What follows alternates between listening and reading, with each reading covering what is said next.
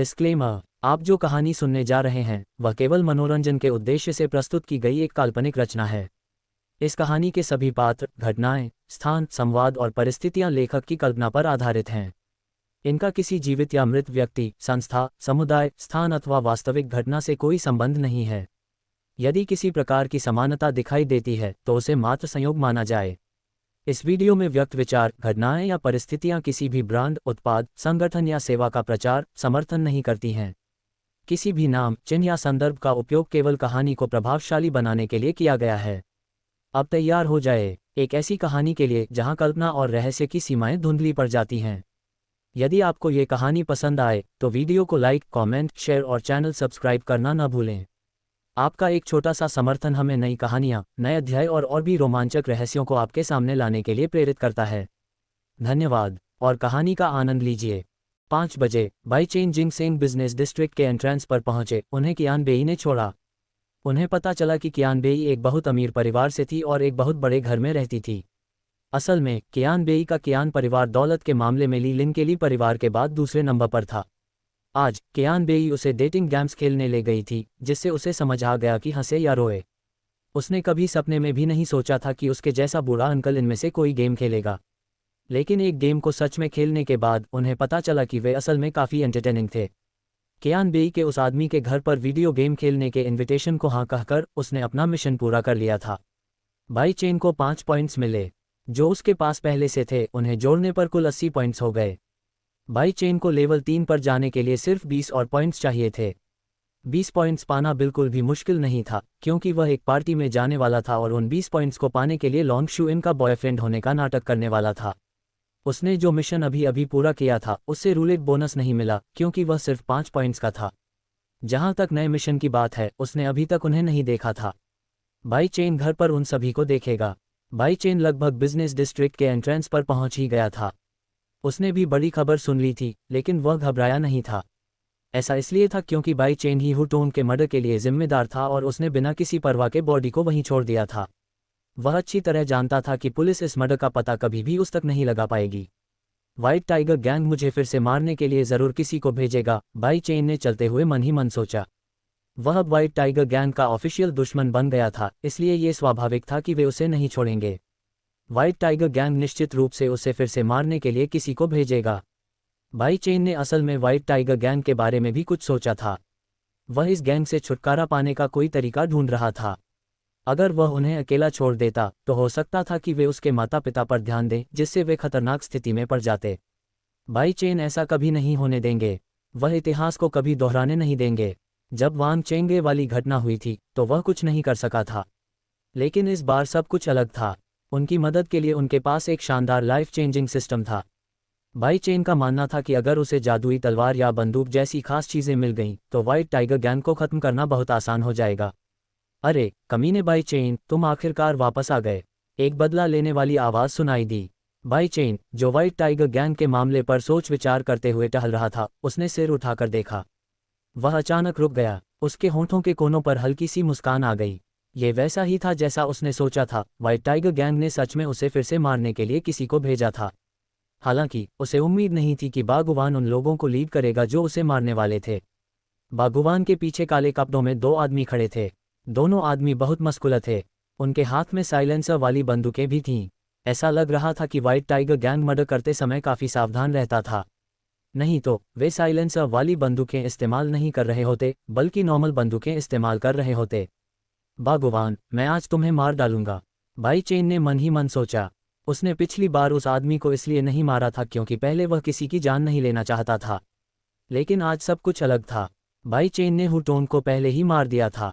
बागुवान या white tiger gang के दूसरे क्रिमिनल्स को खत्म करना उसे कुछ भी नहीं लग रहा था। तुम कुछ बोल क्यों नहीं रहे हो? मरने से डर रहे हो? बाई चेन को चुप होते देख बागुवान ने ठंडी आवाज़ में उसका मजाक उड़ाया। अब जब लोग उसका साथ दे रहे थे तो वह बहुत घमंडी लग रहा था। समय बर्बाद मत करो भाई गुवान, बॉस माँ ने कहा है कि इस कमीने को वहीं ले आओ जहां उसने हुटोन को मारा था, ताकि बॉस माँ बदला लेने के लिए उसे खत्म कर सके। बागुवान के पीछे खड़े 2 लोगों में से एक ने कहा। समझ गया, बागुवान ने सिर हिलाया। भले ही उसने सुना था कि हुटोन को बाई चेन ने मारा था, लेकिन उसे इस बारे में ज़्यादा महसूस नहीं हुआ। ऐसा इसलिए था क्योंकि वह नहीं जानता था कि हुटोन कौन है। अगर उसे पता होता तो बागुवान निश्चित रूप से बाई चेन के सामने घमंडी नहीं होता। आखिरकार हू टोंग पूरे व्हाइट टाइगर गैंग का सबसे खतरनाक हत्यारा था। फिर भी बाई चेन के हाथों उसकी जान चली गई थी। अगर तुम अभी मरना नहीं चाहते तो जल्दी से हमारे साथ आओ। वही आदमी फिर बोला, अपनी बंदूक दाईं ओर दिखाते हुए बाई चेन को उस तरफ जाने का सुझाव दिया। दूसरे आदमी ने बाई चेन पर बंदूक तानना जारी रखा। अगर उसने भागने की कोशिश की तो उसे पक्का गोली मार दी जाएगी। बंदूक पकड़े हुए दो लोगों की आंखों से यह साफ दिख रहा था। लेकिन बाई चेन शुरू में भागने की कोशिश नहीं कर रहा था। इसके उलट जब उसने सुना कि बॉस माँ उसका इंतजार कर रहे हैं तो उसे बहुत खुशी हुई। अगर वह ठीक समझ रहा था तो उसे पकड़ने वाला आदमी मा जोंग था, वह आदमी जिससे वह मिलना और मारना चाहता था। बाई चेन झाड़ियों में चला गया और सीधे उस जगह पर गया जहां उसने कल रात हुटोन को मारा था। अच्छी बात यह थी कि 5 बजे बिजनेस डिस्ट्रिक्ट के एंट्रेंस से कोई नहीं गुजर रहा था। कस्टमर शॉपिंग में बिजी थे क्योंकि डिस्काउंट और सेल का प्राइम टाइम था। बाई चेन को झाड़ियों में जाते हुए देखने वाला कोई नहीं था। बागुवान और 2 आदमी उनके पीछे पीछे चले। लगातार आगे बढ़ते हुए बाई चेन ने देखा कि जिस जगह पर उसने हुटोन को मारा था उसके चारों ओर कीप आउट लिखा हुआ टेप लगा हुआ था। टेप से बनी जगह के अंदर करीब 9 लोग थे। बागुवान और उसके पीछे के 2 आदमियों को मिलाकर ये संख्या 12 हो जाती है। बाई चेन मन ही मन मुस्कुराए बिना नहीं रह सका। उसे उम्मीद नहीं थी कि व्हाइट टाइगर गैंग सिर्फ उसकी जान लेने के लिए 12 आदमी लाएगा। तो आप बाई चेन हैं? जैसे ही वह पेरीमीटर पार कर गया, चेहरे पर निशान वाला एक अधेड़ उम्र का आदमी बोला। तो आप मा जोंग हैं? बाई चेन ने जवाब नहीं दिया, लेकिन मा जोंग को उसी तरह जवाब दिया। जेल के अपने अनुभव से वह आसानी से बता सकता था कि इस ग्रुप का लीडर कौन है। बाई चेन को लगा कि इन लोगों का बॉस मा जोंग है, इसलिए यह कोई हैरानी की बात नहीं थी कि उसने जो कहा वह क्यों कहा। अपना मुंह संभालो। मा जोंग का चेहरा तमतमा गया। उसने बाई चेन को गुस्से से देखा। बाई चेन को मा जोंग की बुरी नज़र से कोई फर्क नहीं पड़ा। उन्होंने मा जोंग के पीछे खड़े लोगों का सर्वे किया। कुल 8 लोग थे और हर एक के पास साइलेंसर वाली बंदूक थी। बेशक सभी थूथन उसी की ओर इशारा कर रहे थे, फिर भी बाई चेन ने घबराने का कोई संकेत नहीं दिखाया। वह बहुत शांत लग रहा था। ऐसा लग रहा था जैसे ये स्थिति कोई आम बात नहीं थी। उसके शांत रहने का कारण ये था कि बाई चेन को अपनी घटिया मार्शल आर्ट तकनीक और साइलेंसर वाली बंदूक पर भरोसा था, जिसका इस्तेमाल उसने हुटोन को मारने के लिए किया था। 10 और गोलियां बची थीं। अगर कुछ गलत नहीं हुआ तो 10 और गोलियों से वह मा जोंग के 10 आदमियों को मार सकता था। जो 2 बचे थे वे भी कोई समस्या नहीं थे। वह उन्हें मारने के लिए low grade martial art technique का इस्तेमाल कर सकता था। क्या तुमने ही हुटोन को मारा था? हालांकि मा जोंग के मन में बाई चेन को मारने की बहुत इच्छा थी, लेकिन वह तुरंत इसमें शामिल नहीं हुआ। अगर ऐसा है तो फिर क्या? बाई चेन ने मा जोंग को बेपरवाही से देखते हुए कहा। अच्छा, बहुत अच्छा, तुम बहुत बहादुर इंसान हो। कितनी शर्म की बात है कि बहादुर लोग आमतौर पर ज्यादा दिन नहीं जीते। जब मा जोंग ने बाई चेन को सीधे अपना जुर्म कबूल करते सुना तो उसे बहुत गुस्सा आया। उसका व्यवहार भी मा जोंग के लाई गैंग से डरने जैसा बिल्कुल नहीं था, जिससे वह और भी ज्यादा गुस्से में आ गया। उसे मार डालो, उसने आदेश देने के लिए अपना हाथ हिलाया। उसके पीछे के 8 आदमी और बागुवान के पीछे के 2 आदमी साइलेंसर लगाकर अपनी बंदूकें चलाने वाले थे। बाई चेन को सब कुछ स्लो मोशन में महसूस हुआ। उसने अपने विचार डायमेंशन रिंग पर भेजे और साइलेंसर से बंदूक निकाल ली। उनका रिएक्शन बहुत तेज था। उनके एक भी दुश्मन ने नहीं देखा कि क्या हुआ। मरना। हाथ में बंदूक लेकर बाई चेन ने स्टारगेजिंग वॉकर स्किल का इस्तेमाल करके 3 मीटर आसमान में छलांग लगाए और बागुवान का सामना करने के लिए अपना शरीर घुमाया। उसने लगातार 2 बार ट्रिगर दबाया। प्यू प्यू। 2 गोलियां हवा में चलीं और बागुवान के पीछे खड़े 2 लोगों की छाती में जा लगीं। उन 2 लोगों पर ट्रिगर दबाने के बाद बाई चेन फिर घूमा और मा जोंग के पीछे खड़े 8 साथियों पर बेरहमी से गोलियां बरसा दीं। प्यू प्यू प्यू। गोलियां 8 आदमियों की छाती के बीच में लगीं। बाई चेन ने इन आदमियों की छाती पर निशाना लगाया क्योंकि वे काफ़ी बड़े टारगेट थे। उसकी एक्यूरेसी बहुत ज़्यादा नहीं थी, इसलिए उसे डर था कि उनके सिर पर निशाना लगाने से कहीं वह टारगेट मिस न कर दे। धप धप। जैसे उन्होंने पहले से प्लान किया था, मा जोंग के 10 आदमियों की लाशें एक ही समय में ज़मीन पर गिर गईं। उनकी जान निकल गई। 7 आदमियों की सांस नहीं चल रही थी। उन्हें वहीं गोली मार दी गई थी। वहाँ 3 आदमी थे जिनमें थोड़ी जान बची थी। वे अभी मरे नहीं थे, लेकिन लगभग मर ही गए थे। उनकी छाती से खून बेकाबू होकर बह रहा था, जिससे उस जगह पर तेज तीखी गंध फैल रही थी। सी बकवास। मा जोंग और बागुवान के मुंह इतने खुले हुए थे कि उनमें अंडा भी घुस सकता था। उनकी आंखें भी इतनी बड़ी हो गई थीं कि वे लगभग बाहर निकल आईं। उन्हें लगा कि कुछ देर के लिए उनकी सांसें रुक गईं, साथ ही उनका दिल भी रुक गया। उन दोनों को यकीन नहीं हो रहा था कि वे क्या देख रहे हैं। सब कुछ एक झटके में हुआ और उनमें से कोई भी समय पर रिएक्ट नहीं कर सका। बाई चेन जमीन पर गिरा। उसने इस्तेमाल की हुई बंदूक बागुवान के चेहरे पर फेंकी। टकराना, थ्रो के जोर से बागुवान का चेहरा अंदर की ओर धंस गया। ताज़ा खून हर जगह फैल गया। बागुवान जमीन पर गिर पड़ा। उसने अपने दोनों हाथों से अपना चेहरा ढक लिया और दर्द से कराहते हुए चीखा। वह अब दर्द से चिल्ला रहा था जैसे कोई जानवर मारा जा रहा हो और फर्श पर तड़प रहा था। माजोन का चेहरा उड़ गया था। डर से उसकी सांसें तेज हो गई थीं। उसे उम्मीद नहीं थी कि वह बाई चेन जैसे काबिल इंसान से मिलेगा। और उसके सामने वाला आदमी बिना पलक झपकाए मार सकता था। उसने पहले ही उसके 10 आदमियों को मार गिराया था। ये सही था, वे 3 आदमी जो पहले सांस ले रहे थे अब मर चुके थे। वे अपने जख्मों की गंभीरता बर्दाश्त नहीं कर पाए थे। अब माजोन को सच में अपने फैसले पर पछतावा हो रहा था। अगर उसे पहले से पता होता कि बाई चेन इतना डरावना है तो वह कभी भी उससे पंगा नहीं लेता। नहीं, वह बागुवान के अनुरोध का जवाब देने की हिम्मत भी नहीं करता। माजोन बागुवान को मारना चाहता था क्योंकि वही वह आदमी था जिसने उस पर मुसीबत ला दी थी। इन हालात में वह जानता था कि यह कोई ऑप्शन नहीं है। इसके बजाय माजोन ने भागने के बारे में सोचा, लेकिन बाई चेन माजोन की सोच को कैसे नहीं समझ सकता था। वह जल्दी से बागुवान के पास माजोन के 2 गुर्गों की लाशों के पास गया और ज़मीन से 2 बंदूकें उठाकर अपने हाथों में ले लीं। 1 इंच भी मत हिलना, बॉस माजोन, बाई चेन ने व्हाइट टाइगर गैंग के चौथे रैंक के सैनिक की ओर बंदूकें तानते हुए कहा। माजोन के माथे से ठंडा पसीना टपकने लगा। वह डर से बाई चेन को घूरने लगा। डी गोली मत चलाना, अगर तुमने चलाई तो व्हाइट टाइगर गैंग तुम्हें नहीं छोड़ेगा। पहले मेरी बात सुन लो, मैं गैंग का सिर्फ नंबर 4 हूँ। अगर यह खबर कि तुमने मुझे मार दिया है टॉप 3 तक पहुंची तो तुम यहाँ से कभी जिंदा नहीं निकल पाओगे। हालांकि वह डरा हुआ था, फिर भी माजोन धमकियां दे रहा था। उसे विश्वास था कि व्हाइट टाइगर गैंग की बदनामी को जानते हुए बाई चेन उसे मारने की हिम्मत नहीं करेगा।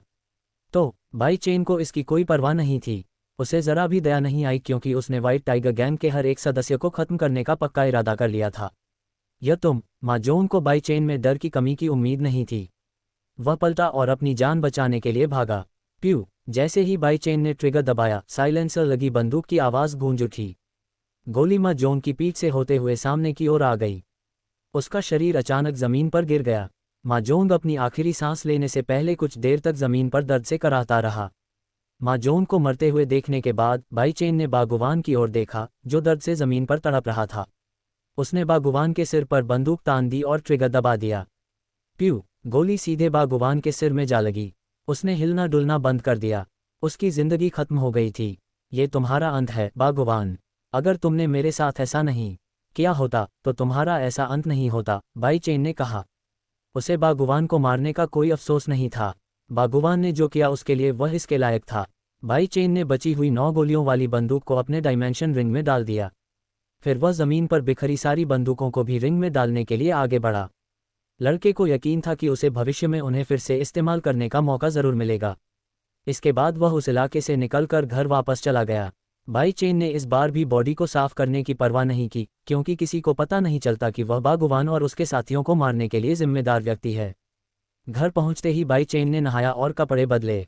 उसने वह सूट पहना जो लॉन्ग जू इन ने उसके लिए खरीदा था। इस आउटफिट में नेवी सूट जैकेट के साथ नेवी ट्राउज़र, साथ में सफ़ेद शर्ट और काली नेकटाई थी। इन कपड़ों से वह बिल्कुल एक हाई प्रोफाइल बिजनेसमैन जैसा लग रहा था। कपड़े पहनकर बाई चेन नीचे चला गया। 5 बजने में 20 मिनट थे। लॉन्ग शू इन के साथ उसका अपॉइंटमेंट का समय पास आ रहा था। छोटे चेन। जैसे ही वह पहली मंजिल पर पहुंचा उसकी मां घबराकर चिल्ला पड़ी क्योंकि उसने अपने बेटे को महंगा सूट और टाई पहना हुआ देखा था। क्या हुआ मम्मी? बाई चेन थोड़ा मुस्कुराया और अपनी मां के पास गया। उसे अपनी मां का रिएक्शन बिल्कुल भी अजीब नहीं लगा क्योंकि उसका परिवार इतना अमीर नहीं था कि महंगा सूट खरीद सके। उसे महंगे कपड़े पहने देखकर जाहिर है उसे झटका लगेगा। क्या तुम्हें ये सूट कहाँ से मिला? बाई चेन की मां ने कांपती आवाज़ में पूछा। मेरे दोस्त, मुझे अपने दोस्त के साथ एक पार्टी में जाना है। बाई चेन ने अपनी मां को यह बताने के बजाय झूठ बोलना चुना कि यह लॉन्ग शू इन ने उसके लिए खरीदा था। वजह सिर्फ ये थी कि वह सच नहीं बोलना चाहती थी। असल में क्या हुआ था ये जानने के बाद उसे बस इस बात की चिंता होती कि एक खूबसूरत लड़की ने उसके लिए सूट खरीदा है और उसे पार्टी में बुलाया है। बाईयू ने अपने बेटे की बात सुनकर आह भरी। तुम बहुत स्मार्ट लग रहे हो। क्या तुम किसी पार्टी में जा रहे हो? हाँ माँ। अपनी माँ को सदमे से उबरते देख बाई चेन मुस्कुराया। पिताजी कहाँ हैं? तुम्हारे पापा मेरे लिए कुछ खरीदने गए हैं।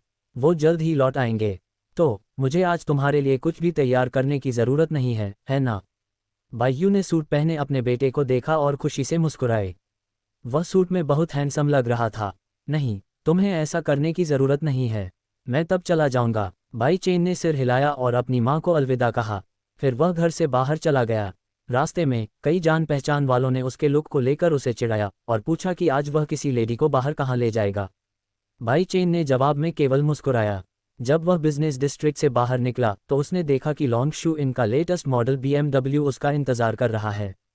बाई चेन मुस्कुराए बिना नहीं रह सकी। ऐसा लगा जैसे वह उसका इंतजार कर रही थी। वह कार के पास गया और खिड़की पर हल्के से दस्तक दी। लॉन्ग जू इन ने खिड़की नीचे की और खूबसूरती से मुस्कुराया। आप लेट हो गए, देर हो गई। मुझे लगता है कि 6 बजने में अभी 5 मिनट और हैं। बाई चेन ने यह बात तब कही जब वह लॉन्ग शू इन को देख रहा था। उसने नीली ड्रेस पहनी हुई थी। उसका आकर्षक फिगर उसे बहुत प्यारा और मनमोहक बना रहा था। इससे बाई चेन ने उसे बड़ी बड़ी आंखों से देखा, लेकिन वह जल्दी ही संभल गया। अंदर आ जाओ, लॉन्ग जू इन ने उसे देखकर मुस्कुराया। बेशक उसने पहले भी उसके तरीके पर ध्यान दिया था और इससे वह अंदर ही अंदर खुशी से मुस्कुराए। बाई चेन ने इंतजार नहीं किया। वह पैसेंजर दरवाज़ा खोलने और अंदर जाने के लिए कार के चारों ओर घूमा। जैसे ही उसने कार का दरवाज़ा बंद किया, उसे एक बहुत अच्छी और अनोखी खुशबू आई। बाई चेन को यह जानने के लिए ज़्यादा सोचना नहीं पड़ा कि यह लॉन्ग जू इन की खुशबू थी। उसने गहरी सांस ली और बोला, अच्छा परफ्यूम, धन्यवाद। लॉन्ग जू इन ने पलकें झपकाईं। उसने बाई चेन को अजीब से भाव से देखा। उसने उम्मीद नहीं की थी कि वह उसके कपड़ों के बजाय उसके परफ्यूम की तारीफ करेगा। हालांकि उसने इस बारे में ज़्यादा नहीं सोचा। ये सूट तुम पर अच्छा लग रहा है। तुमने मेरे लिए ये चुना है तो यह मुझ पर अच्छा क्यों नहीं लगेगा? बाई चेन ने उसे थोड़ा चिढ़ाते हुए कहा। चलो चलें। लॉन्ग शू इन ने उसे न सुनने का नाटक किया, लेकिन वह मन ही मन मुस्कुराए। वह गाड़ी चलाकर ग्रैंड जिंग फैंग होटल की ओर चल पड़ी। आधे घंटे बाद long shoe in by chain को उनकी मंजिल तक ले आया। ग्रैंड जिंग फैंग होटल सच में जिंगजोऊ शहर का सबसे अच्छा होटल था। ये बहुत बड़ा और बहुत खूबसूरत था। अंडरग्राउंड पार्किंग में गाड़ी पार्क करने के बाद लॉन्ग शू इन उसे होटल की तीसरी मंजिल पर ले गया। होटल में कुल 5 मंजिलें थीं।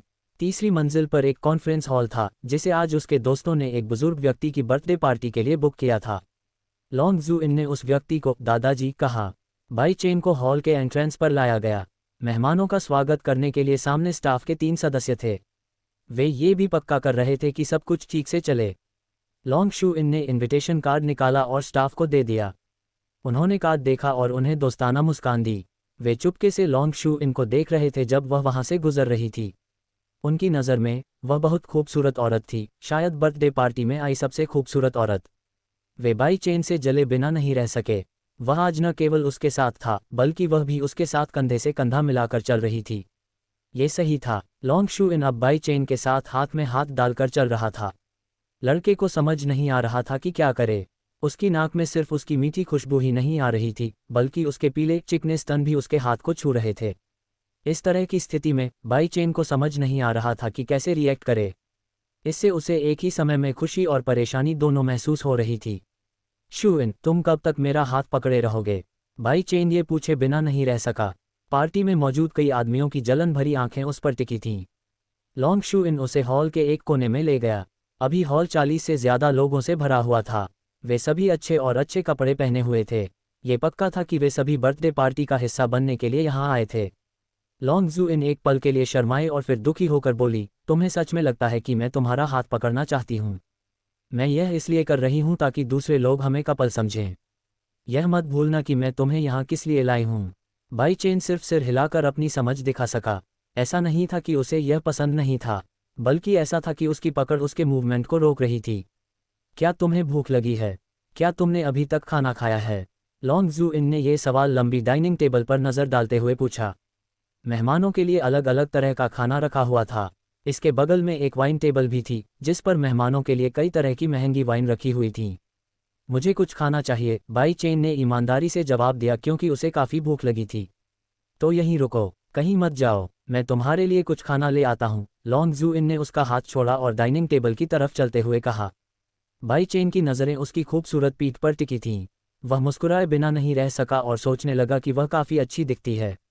नमस्ते। जब बाई चेन लॉन्ग शू इन का इंतज़ार कर रहा था तो एक आवाज़ ने उसे किनारे से आवाज़ दी। उसने मुड़कर देखा तो सफ़ेद सूट पहने एक सुंदर आदमी मुस्कुराते हुए उसकी ओर आ रहा था। हेलो। बाई चेन को पता नहीं था कि यह आदमी कौन है, लेकिन उसने जवाब देने और तहज़ीब दिखाने के लिए हेलो कहा। मेरा नाम लियू फैंग है। क्या मैं पूछ सकता हूँ कि मिस शू इन के साथ आपका क्या रिश्ता है? उस आदमी ने, जो अब बाई चेन के सामने आ गया था, पूछा। बाई चेन ने अपने सामने वाले आदमी को ध्यान से देखने से पहले पलकें झपकाईं। इस बात की बहुत ज़्यादा संभावना थी कि वह यह इसलिए पूछ रहा था क्योंकि वह भी लॉन्ग शू इन के पीछे था। मैं उसका बॉयफ्रेंड हूँ, बाई चेन ने जवाब दिया। ये तो पक्का था कि उसने ऐसा इसलिए कहा क्योंकि लॉन्ग शू इन ने उससे आज रात अपने बॉयफ्रेंड होने का नाटक करने को कहा था। इसमें कोई शक नहीं था कि उसे ऐसा जवाब देना ही था। उसका बॉयफ्रेंड। लियू फैंग ने अपनी भौहें उठाईं। क्या तुम मजाक कर रहे हो? ये साफ था कि उसने इस पर कोई यकीन नहीं किया और वह इस बात से काफ़ी परेशान था कि बाई चेन ने कहा था कि वह लॉन्ग शू इन को डेट कर रहा है। असल में लियू फैंग पिछले 2 साल से उसके पीछे पड़ा था। वह अच्छी तरह जानता था कि लॉन्ग शू इनको किसी भी आदमी की परवाह नहीं थी, खुद की भी नहीं। तो वह कैसे यकीन कर सकता था कि उसका कोई बॉयफ्रेंड है, खासकर ऐसा जो उसके आधे भी अट्रैक्टिव नहीं था। और उसने जो सूट पहना था उसकी तो बात ही छोड़िए। लियू फैंग की नज़र में बाई चेन ने जो सूट पहना था वह काफ़ी आम था, उसके सूट के विपरीत जो सिलवाया गया था और 1 लाख युआन से अधिक मूल्य का था। मैं मजाक नहीं कर रहा हूँ। जब वह वापस आएगी तो आप खुद उससे पूछ सकते हैं, बाई चेन ने शांति से जवाब दिया, जो इस बात का इशारा था कि वह झूठ नहीं बोल रहा था। लियू फैंग ने बाई चेन के करीब एक कदम बढ़ने से पहले अपनी आंखें सिकोड़ लीं। उसने फुसफुसाते हुए कहा, अगर तुमने मुझसे झूठ बोला है तो मैं तुम्हें इसकी भारी कीमत चुकाऊंगा। और अगर तुम सच में उसके बॉयफ्रेंड हो तो भी मैं तुम दोनों का ब्रेकअप कर दूंगा। बाई चेन का चेहरा एक बार झुंझलाया। उसने लियू फैंग को देखा और मुस्कुराया। तो ये तुम पर है, अगर तुम कर सकते हो। तुम कमीने। लियू फैंग गुस्से में था। उसे उम्मीद नहीं थी कि बाई चेन उससे इस तरह बात करने की हिम्मत करेगा। लियू फैंग लियू परिवार का वारिस था, जो एक ताकतवर परिवार था और कियान और ली परिवारों के बाद जिंगजोऊ में तीसरा सबसे अमीर परिवार था। इसलिए जब इतने नीच व्यक्ति ने उससे ऐसी बात कही तो लियू फैंग को बहुत गुस्सा आया। क्या तुम मरना चाहते हो? लियू फैंग ने ठंडे स्वर में पूछा। बाई चेन ने मुस्कुराना बंद कर दिया। अगर कोई उससे पंगा नहीं लेता तो वह खाली बैठा रहता, लेकिन जब कोई उसे धमकाकर उकसाता तो उसके लिए चीज़ों को जाने देना काफ़ी मुश्किल हो जाता था। ये तो पक्का था कि वह इसे ऐसे ही जाने नहीं देंगे या इस खतरे को चुपचाप स्वीकार नहीं करेंगे। मरना तो तुम ही चाहते हो, है ना? क्यों? तुम। लियू फैंग के होंठ कांप रहे थे। उसने अपनी उंगली बाई चेन के चेहरे की ओर उठाए, उसकी आंखें गुस्से से भरी हुई थीं। मैं तुम्हें बता दूं कि अगर तुमने लॉन्ग शू इन से मिलना बंद नहीं किया तो मैं पक्का कर दूंगा कि तुम्हें जिंदगी भर इसका पछतावा हो। मैं इंतज़ार करूंगा, बाई चान ने बिना किसी चिंता के कहा। आप सचमुच देखेंगे? लियू फैंग ने गुस्से में ये आखिरी शब्द कहे और फिर गुस्से में चले गए। बाई चेन बिना किसी इमोशन के लियू फैंग की पीठ को देख रहा था। अगर कोई दूसरी पार्टी उसके लिए प्रॉब्लम खड़ी कर रही थी तो उसे बदला लेने में कोई दिक्कत नहीं थी, और अगर लियू फैंग उसे इस हद तक परेशान करना चाहता कि उसके माता पिता भी मुसीबत में पड़ जाएं, तो बाई चेन खुशी खुशी लियू फैंग को मार डालेगा, क्योंकि वह कभी भी किसी को अपने परिवार को नुकसान पहुंचाने की इजाज़त नहीं देगा। बाई चेन जिंदगी को वैसा नहीं होने देंगे जैसा लाइफ चेंजिंग सिस्टम खोजने से पहले था। बाई चेन ने उसी समय लियू फैंग पर ध्यान देना छोड़ दिया जब लॉन्ग शू इन वापस चला गया। एक हाथ में उसने कई तरह के खाने से भरी प्लेट पकड़ी हुई थी, दूसरे हाथ में उसने वाइन का गिलास लिया हुआ था। ये लीजिए। वापस आकर उसने प्लेट उसे दे दी। बाई चेन ने मुस्कुराते हुए प्लेट ली। धन्यवाद, कोई ज़रूरत नहीं, मैंने ही तुम्हें मेरा बॉयफ्रेंड बनने के लिए कहा था, लॉन्ग जू इन ने वाइन पीते हुए कहा। उसका चेहरा संतुष्ट था। ये वाइन बहुत खराब नहीं है। क्या आप इसे ट्राई करना चाहेंगे? मैं आपके लिए ला सकता हूँ। कोई बात नहीं, अगर मुझे इसे आजमाना है तो मैं खुद जाकर ले आऊँगा, बाई चेन ने जवाब दिया। ये साफ था कि वह नहीं चाहता था कि लॉन्ग जू इन बस जाकर अपनी ज़रूरत की हर चीज़ ले ले। उसने अपनी प्लेट में खाना खाते हुए कहा। बाई चेन ने लॉन्ग शू इन की लाई हुई प्लेट खत्म कर दी। उसे खाना बहुत स्वादिष्ट लगा। उसने संतुष्टि से अपना पेट सहलाया। हालांकि अभी भी उसका पेट भरा नहीं था, लेकिन खाने से उसकी भूख थोड़ी शांत हो गई थी। लॉन्ग शू इन ने अपनी वाइन का एक और घूंट लिया और कहा, लियू फैंग ने अभी आपसे क्या बात की? ये साफ था कि उसने उनकी पहले की बातचीत देखी थी। कुछ खास नहीं। उसने मुझसे कहा कि मैं तुमसे मिलना बंद कर दूं, बाई चेन ने सहजता से कहा। उसका उसे यह बताने का कोई इरादा नहीं था कि लियू फैंग ने उससे क्या कहा था, क्योंकि वह इस मामले को खुद ही संभाल सकता था। वह अब पहले जैसा कमज़ोर नहीं था। अगर लियू फैंग उसे परेशान नहीं करता तो सब ठीक रहता। लेकिन अगर वह करता तो बाई चेन यह नहीं कह सकता था कि वह आदमी माजोंग या बागवान जैसा बनेगा या नहीं। ओह सच में, और तुमने उससे क्या कहा? लॉन्ग शू इन ने उत्सुकता से पूछा। कुछ खास नहीं, मैंने बस इतना कहा कि मैं तुम्हारा बॉयफ्रेंड हूँ, और फिर वह गुस्सा हो गया और चला गया। बाई चेन ने ये कहा और फिर उसे कुछ और सूझा तो उसने बात जारी रखी, लेकिन क्या तुम्हें वह पसंद नहीं है? वह दिखने में अच्छा है, और ऐसा लगता है कि वह किसी अमीर परिवार से भी है। लॉन्ग जू इनका चेहरा शांत रहा। उसका जवाब बेपरवाह था, मजाक मत करो, उस लियू फैंग आदमी को कौन पसंद करेगा? तुम्हें अंदाज़ा नहीं है कि वह कितना परेशान करने वाला है। अगर मैं आज तुम्हें अपने साथ नहीं लाया होता तो मैं गारंटी देता हूं कि वह बिना रुके मेरे पीछे पीछे घूमता रहता। बाई चेन ने और कुछ नहीं कहा। वह सीधे डाइनिंग टेबल पर चला गया जहां कुछ लोग खाना चुन रहे थे। जब वह चला गया तो लॉन्ग शू इन उसके पीछे पीछे चला गया। वह उसका रक्षक था, वह उसे ऐसे ही कैसे जाने दे सकती थी? इसके अलावा जब भी वह उसके साथ होती थी उसे आराम और शांति महसूस होती थी। बाई चेन ने उसे कभी परेशान नहीं किया। भले ही वह जानती थी कि वह उसे पसंद करता है, फिर भी उसने दूरी बनाए रखी और बहुत नॉर्मल बर्ताव किया। बाई चेन ने कुछ महंगे दिखने वाले सॉसेज उठाए और उन्हें अपनी प्लेट में रख लिया। फिर उसने दोबारा खाने से पहले उसमें तली हुई सब्जियां डालीं। डाइनिंग टेबल के आसपास मौजूद कुछ लोग जलन वाले चेहरे बनाकर उसकी तरफ देखने लगे। जरूर उन्हें जलन हो रही थी कि बाई चेन के पास लॉन्ग शू इन थी। वे अच्छी तरह जानते थे कि वह कोई आम औरत नहीं बल्कि एक खूबसूरत जीनियस थी। जिंगजोऊ शहर में 2 साल से भी कम समय बिताने के बाद वह एक कंपनी शुरू करने में कामयाब हो गई, और उनकी काबिलियत की वजह से कंपनी को बहुत बड़ी सफलता मिली। ये पहले ही जिंगजोऊ की नंबर 4 कंपनी बन चुकी थी। अगर उनके पास ज़्यादा समय होता तो उनकी कंपनी के लिए ली ग्रुप की जगह टॉप पर पहुंचना मुश्किल नहीं होता। टेबल के आसपास बैठे आदमी भी उसका ध्यान खींचना चाहते थे, लेकिन अफसोस की बात थी कि उसने उन पर बिल्कुल भी ध्यान नहीं दिया। बाई चेन को लगा कि कोई उसे देख रहा है, लेकिन उसने उन पर ध्यान नहीं दिया। उसने अपनी प्लेट में जो था उसे खत्म किया और रख दिया। फिर वह वाइन टेबल की तरफ गया जो महंगे वाइन ग्लास से ढकी हुई थी। उनमें से कुछ पहले से ही भरे हुए थे। तियानहे वाइन का स्वाद बहुत अच्छा है। भले ही यह अभी हमारे देश में मशहूर नहीं है, फिर भी इसे टॉप वाइन में से एक माना जाता है। वाइन टेबल पर पहुंचते ही लॉन्ग जू इन ने उसे इसकी सलाह दी। बाई चेन ने तियानहे वाइन वाला गिलास चुनने से पहले सिर हिलाया। उसका रंग लाल था, उससे एक मनमोहक खुशबू आ रही थी। बाई चेन वाइन एक्सपर्ट नहीं थे, लेकिन वे बता सकते थे कि यह वाइन सही तरीके से फर्मेंटेशन से गुजरी है। उसने गिलास अपने होठों से लगाया और तियानहे वाइन का स्वाद चखा। जैसे ही लाल लिक्विड उसके गले से नीचे गया, बाई चेन ने खुशी से पलकें झपकाईं। भले ही वह पहली बार वाइन ट्राई कर रहा था, फिर भी उसे एहसास हुआ कि इसका टेस्ट बहुत बढ़िया था। कैसा है? क्या इसका स्वाद अच्छा है? लॉन्ग जू इन ने पूछा। उसका गिलास पहले ही खाली हो चुका था। वह दूसरा गिलास लेने की तैयारी कर रही थी, लेकिन बाई चेन ने उसका हाथ पकड़ लिया। शू इन, तुम्हें ज्यादा नहीं पीना चाहिए। तुम्हें गाड़ी चलानी चाहिए। क्या तुम्हें लगता है कि मैं तुम्हारा ड्राइवर हूँ? लॉन्ग जू इन ने नाराज होने का नाटक किया, लेकिन जाहिर है वह जानती थी कि वह सही था और उसने एक और ग्लास वाइन के बारे में सोचना बंद कर दिया। धत्तेरे की, लियू फैंग एक बूढ़े आदमी के पास खड़ा था। वह लगभग 70 साल का था। उसने एक अच्छा दिखने वाला चीनी कपड़ा पहना था। उसका नाम लियूजे था और यह बर्थडे पार्टी उसी के लिए थी। वह वही दादा थे जिनके बारे में लॉन्ग शू इन ने बाई चेन से बात की थी। लियू फैंग ने लॉन्ग शू इन और बाई चेन को एक साथ रहते हुए हर पल देखा। दादाजी, आपको मेरी मदद करनी होगी। देखिए, शू इन उस लंगड़े आदमी के साथ है। लियू फैंग ने अपने दादाजी लियूजे को देखते हुए गुस्से से कहा। लियूजे इस साल 70 साल के हो रहे थे, लेकिन वे अभी भी बहुत मजबूत थे। उन्होंने कपल को देखा और कहा, हा, कोई बात नहीं छोटे फैंग, मैं इसे संभाल लूंगा। शू इन मेरे एक दोस्त की पोती है जिसकी मैंने मदद की है। वह मेरी बात सुनेगी। धन्यवाद दादाजी। लियूजी की बातें सुनकर लियू फैंग को अच्छा लगा।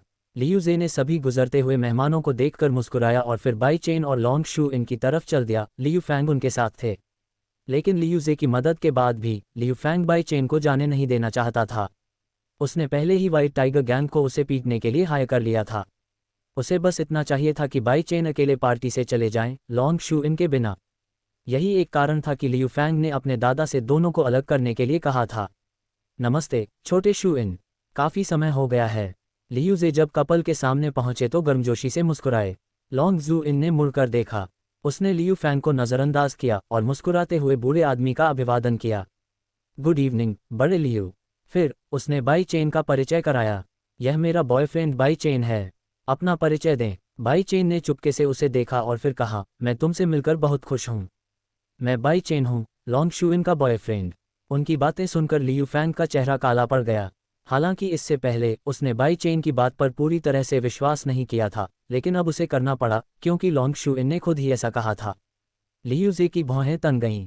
उसे समझ नहीं आ रहा था कि बाई चेन जैसा लड़का, जो उसके पोते जितना भी आकर्षक नहीं था, लॉन्ग जुइन का दिल कैसे जीत सकता था।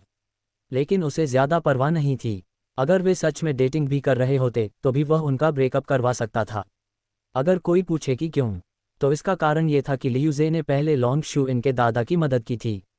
अपने पुराने दोस्त लॉन्ग शू इनके दादा को सिर्फ एक फ़ोन कॉल करने से ही उन्हें अलग होने का ऑर्डर मिल जाएगा।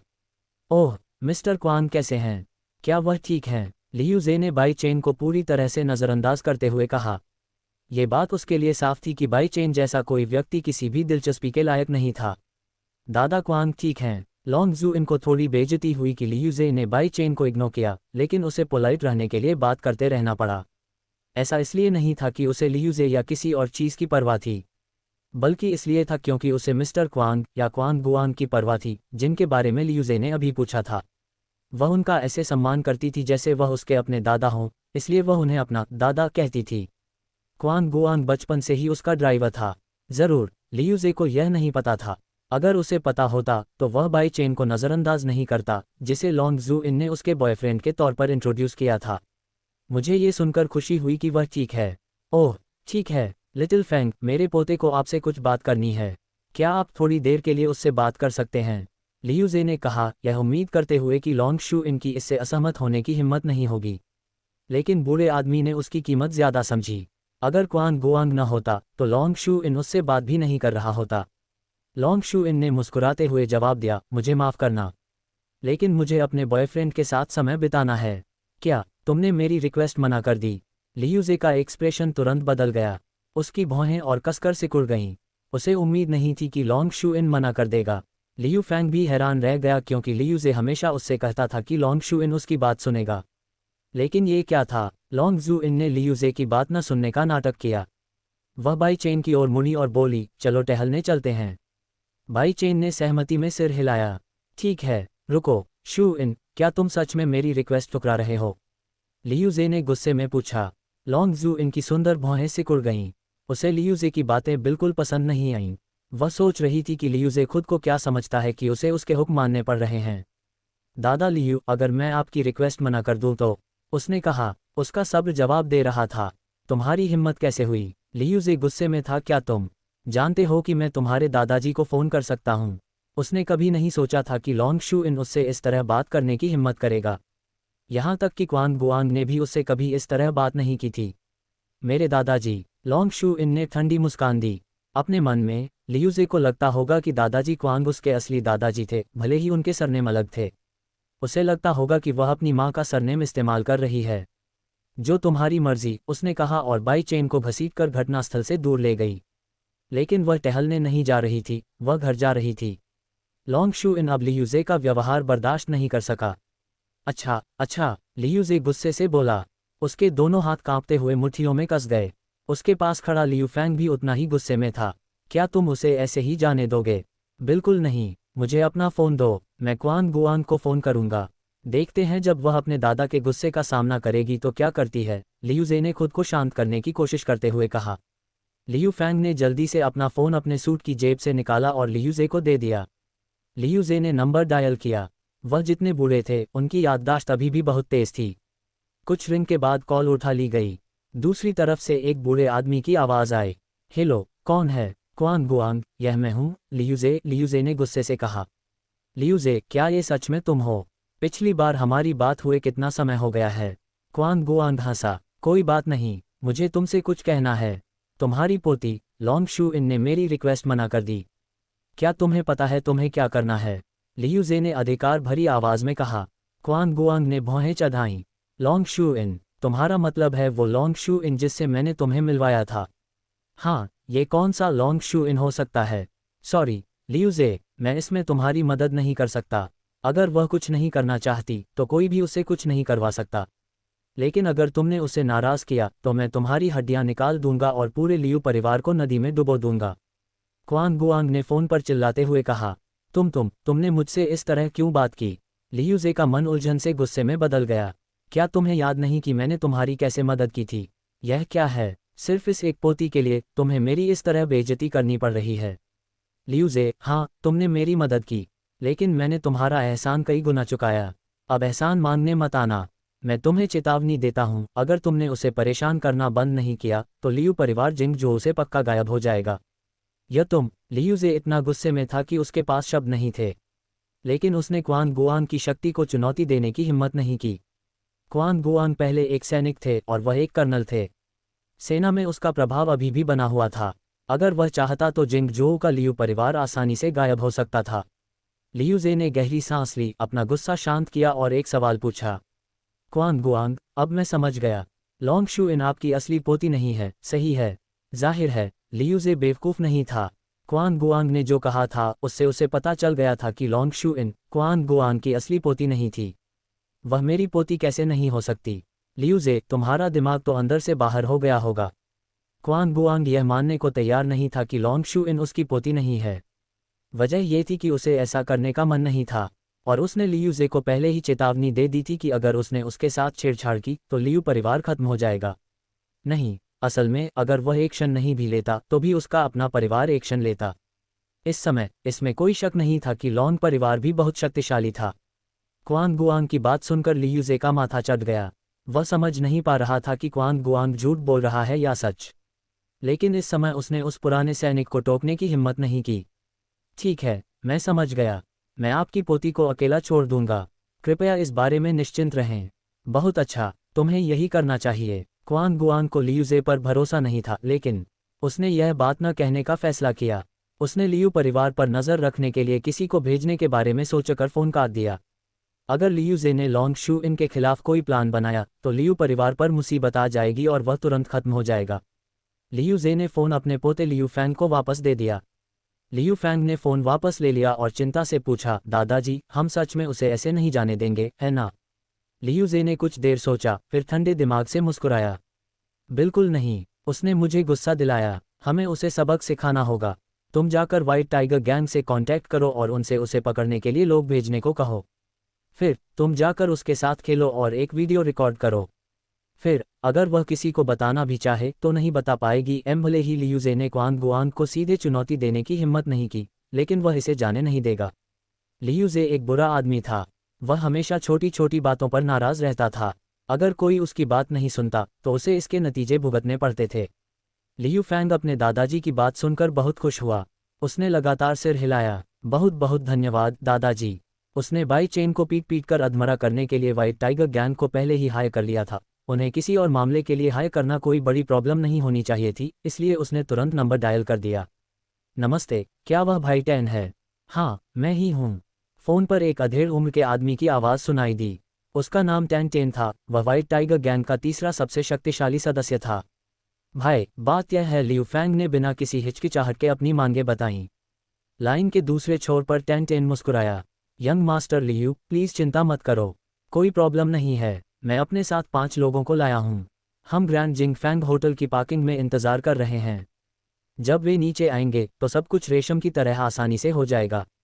बहुत बहुत धन्यवाद भाई टैन। मैं इसके लिए तुम्हें अच्छे पैसे दूंगा। हा हा हा। फ़ोन रखने से पहले टैन तियान ने दिल खोलकर हंसी।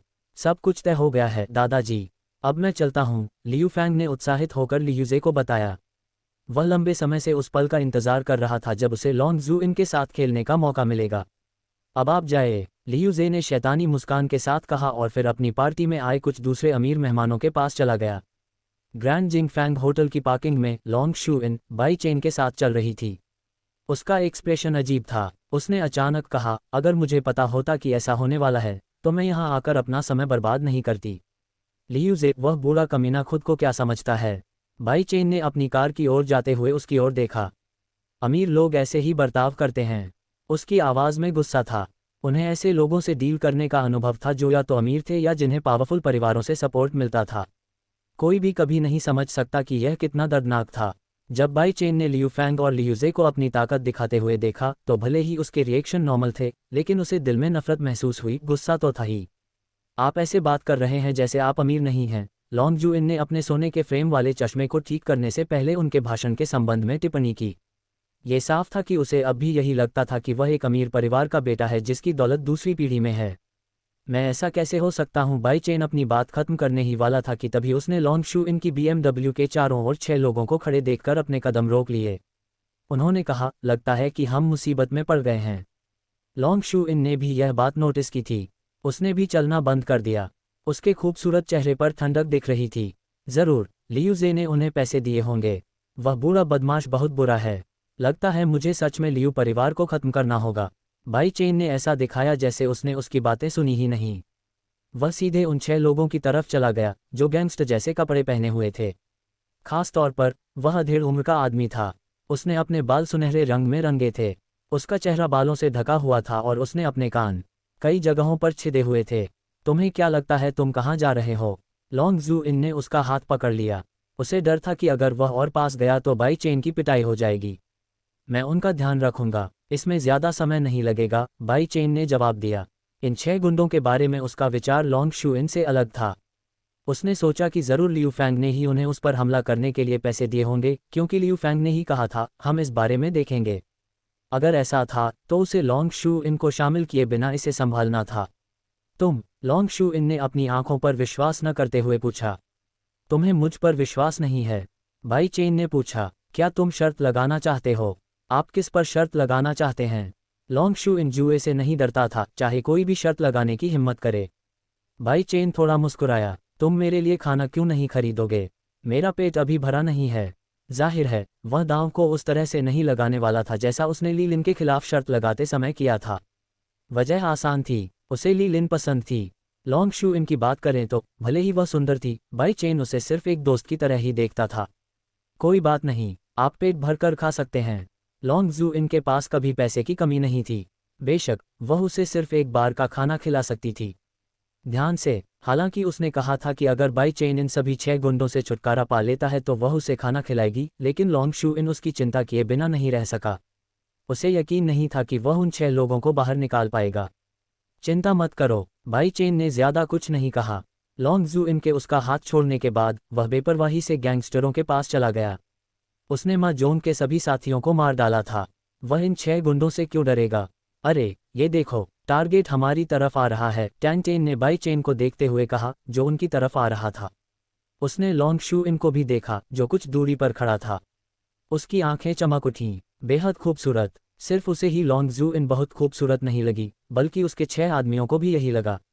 सच में पूरी दुनिया के सभी मर्दों का भी ऐसा ही रिएक्शन होता अगर वे उसे देख पाते। लॉन्ग शू इन सच में बहुत खूबसूरत औरत थी। बॉस, क्या ये वही बेवकूफ़ है जिसे यंग मास्टर लियू ने हमें पीट पीट कर मार डालने का आदेश दिया था? टैन के एक आदमी ने उत्सुकता से पूछा। टैन ने लापरवाही से हाथ हिलाया। ये वही होगा, उस आदमी को पकड़ो और उस औरत को भी। समझ गया बॉस। टैन के 2 आदमी बेरहमी से मुस्कुराए। वे बाई चेन की तरफ कई कदम बढ़े, अपनी उंगलियों को इस तरह चटकाते हुए कि हल्की आवाज़ें बाई चेन तक पहुंची। घुटने टेको, अगर तुम ज्यादा चोट नहीं खाना चाहते। टैन का आदमी घमंड से बोल रहा था। उसे तो ये भी नहीं लगता था कि बाई चेन उसका मुकाबला कर सकती है। हाँ, ये सही है। आप इसके लिए हमें दोष नहीं दे सकते। आप ही थे जिन्होंने यंग मास्टर लियू फैंग के साथ हद पार की, दूसरे ने कहा। जब बाई चेन ने उनकी बातें सुनी तो उसने अपने अंदाजे को फिर से पक्का किया कि यह लियू फैंग का काम था। मुझे तुम लोगों के लिए घुटने क्यों टेकने पड़ रहे हैं? बाई चेन ने बेपरवाही से पूछा। टैन की सेवा करने वाले 2 आदमी जो बाई चेन के पास आ रहे थे, वे जोर से मुस्कुराए। क्योंकि हम तुमसे ज्यादा ताकतवर हैं। ये पक्का नहीं हो सकता। बाई चेन ने बात करने में समय बर्बाद नहीं किया। वह इन दोनों लोगों को सबक सिखाने के लिए जाने वाला था। लेकिन इससे पहले कि वह ऐसा कर पाता, पीछे से हंसी की आवाज़ आई। ये लॉन्ग शू इन की आवाज़ नहीं थी, बल्कि लियू फैंग की थी। हा, कैसा चल रहा है? क्या तुम्हें पहले से ही इसके नतीजे पता हैं? लियू फैंग चुपके से लॉन्ग शू इन के पीछे आ गया, जिससे वह जल्दी से दूर हो गई। तुम कहाँ जा रही हो मेरी जान? आज तो तुम मेरी ही हो जाओगी। लियू फैंग ने उसे देखा और कामुकता से अपने होंठ चाटे। लॉन्ग जू इन ने लियू फैंग को घृणा से देखा। फिर उसने अपना फ़ोन निकाला। पुलिस को फ़ोन करने के बारे में सोचना भी मत। लियू फैंग का चेहरा थोड़ा बदल गया। वह उसकी तरफ दौड़ा, फ़ोन छीनने की कोशिश कर रहा था। लॉन्ग जू इन ने हम्फ कहा और लियू फैंग के क्रॉच पर लात मारी। उस आदमी को तुरंत तारे दिखने लगे। उसके बॉलर्स बहुत ज्यादा दर्द से धड़क रहे थे। यह तुम कुतिया, तुमने मुझे चोट पहुंचाने की हिम्मत की। लियू फैंग अपने दोनों हाथों से अपनी जांघों को पकड़े हुए जमीन पर गिर पड़ा और जमीन पर छटपटाने लगा। लॉन्ग शू इन ने लियू फैंग पर कोई ध्यान नहीं दिया। वह जल्दी से चली गई और एक नंबर डायल किया। हालात देखकर टैन टेन ने होंठ चटकाए और कहा, तुम लोग किसका इंतजार कर रहे हो? जाओ, उसे किसी को फ़ोन मत करने देना। असल में उसे पुलिस से बिल्कुल भी डर नहीं लगता था, क्योंकि उसके व्हाइट टाइगर गैंग का लीडर जिंग जो पुलिस स्टेशन में तैनात एक इंस्पेक्टर का भाई था। वह उस इंस्पेक्टर को रिश्वत देने की परेशानी नहीं उठाना चाहता था, इसलिए वह लॉन्ग शू इन को पुलिस को फ़ोन करने नहीं दे सका। टैन टेन के बगल में खड़े 3 लोगों ने इंतज़ार नहीं किया। वे तुरंत लॉन्ग शू इन की ओर दौड़ पड़े। तुम्हें क्या लगता है तुम कहाँ जा रहे हो? बाई चेन जाहिर है उन्हें जाने नहीं दे सकता था। वह आगे बढ़ा और अपनी मुट्ठियां उठाकर अपने सामने खड़े 2 लोगों पर तब तक मुक्का मारा जब तक वे जमीन पर गिर नहीं गए, सिर्फ एक मुक्के के बाद बेहोश हो गए। इसके बाद वह तीनों गैंगस्टरों का रास्ता रोकने के लिए आगे बढ़ा। बाई चेन को एक ही मुक्के में दोनों लोगों को बेहोश करते देख तीनों लोगों ने लॉन्ग शू इनके पास जाकर उसे फ़ोन पर कॉल करने से रोकने का विचार छोड़ दिया। उन्होंने बाई चेन को घूरा और उसे घेर लिया। उसे खत्म कर दो, उनमें से एक ने कहा और बाई चेन की पीठ पर मुक्का मारने के लिए दौड़ा। धत तेरे की! बाई चेन ने बचने की कोशिश भी नहीं की। उसका शरीर स्टील जैसा था, तो एक गुंडे का एक मुक्का उसकी तुलना में क्या कर सकता था? मेरा हाथ! गुंडा चिल्लाया। उसके हाथ में बहुत दर्द हो रहा था, जैसे उसने अभी अभी किसी स्टील की प्लेट पर चोट मारी हो। बाई चेन घूमा और उस गैंगस्टर को तब तक लात मारी जब तक उसका शरीर उड़कर एक खंभे से नहीं टकरा गया। उसका शरीर जमीन पर फिसल गया और वहीं बिना हिले डुले गिर गया और वह साफ तौर पर बेहोश हो गया था। उस आदमी को अपने पैरों से मारने के बाद बाई चेन ने इंतजार नहीं किया। वह पीछे मुड़ा और उन 2 दूसरे लोगों के चेहरे पर मुक्के मारे जो उस पर मुक्के मार रहे थे। उसके दोनों हाथों ने उन्हें हवा में उड़ा दिया और वे बेहोश हो गए। असंभव! टैन टेन चिल्लाया। उसने देखा कि उसके 5 आदमियों को बिना लड़े बुरी तरह पीटा जा रहा है। सबसे बुरी बात यह थी कि वे सब बेहोश हो गए थे। अब तुम्हारी बारी है। बाई चेन गुंडों की लाशों के ऊपर से कूदकर टैन टेन की ओर दौड़ा। तुम खुद को क्या समझते हो? क्या तुम्हें लगता है कि तुम अजय हो?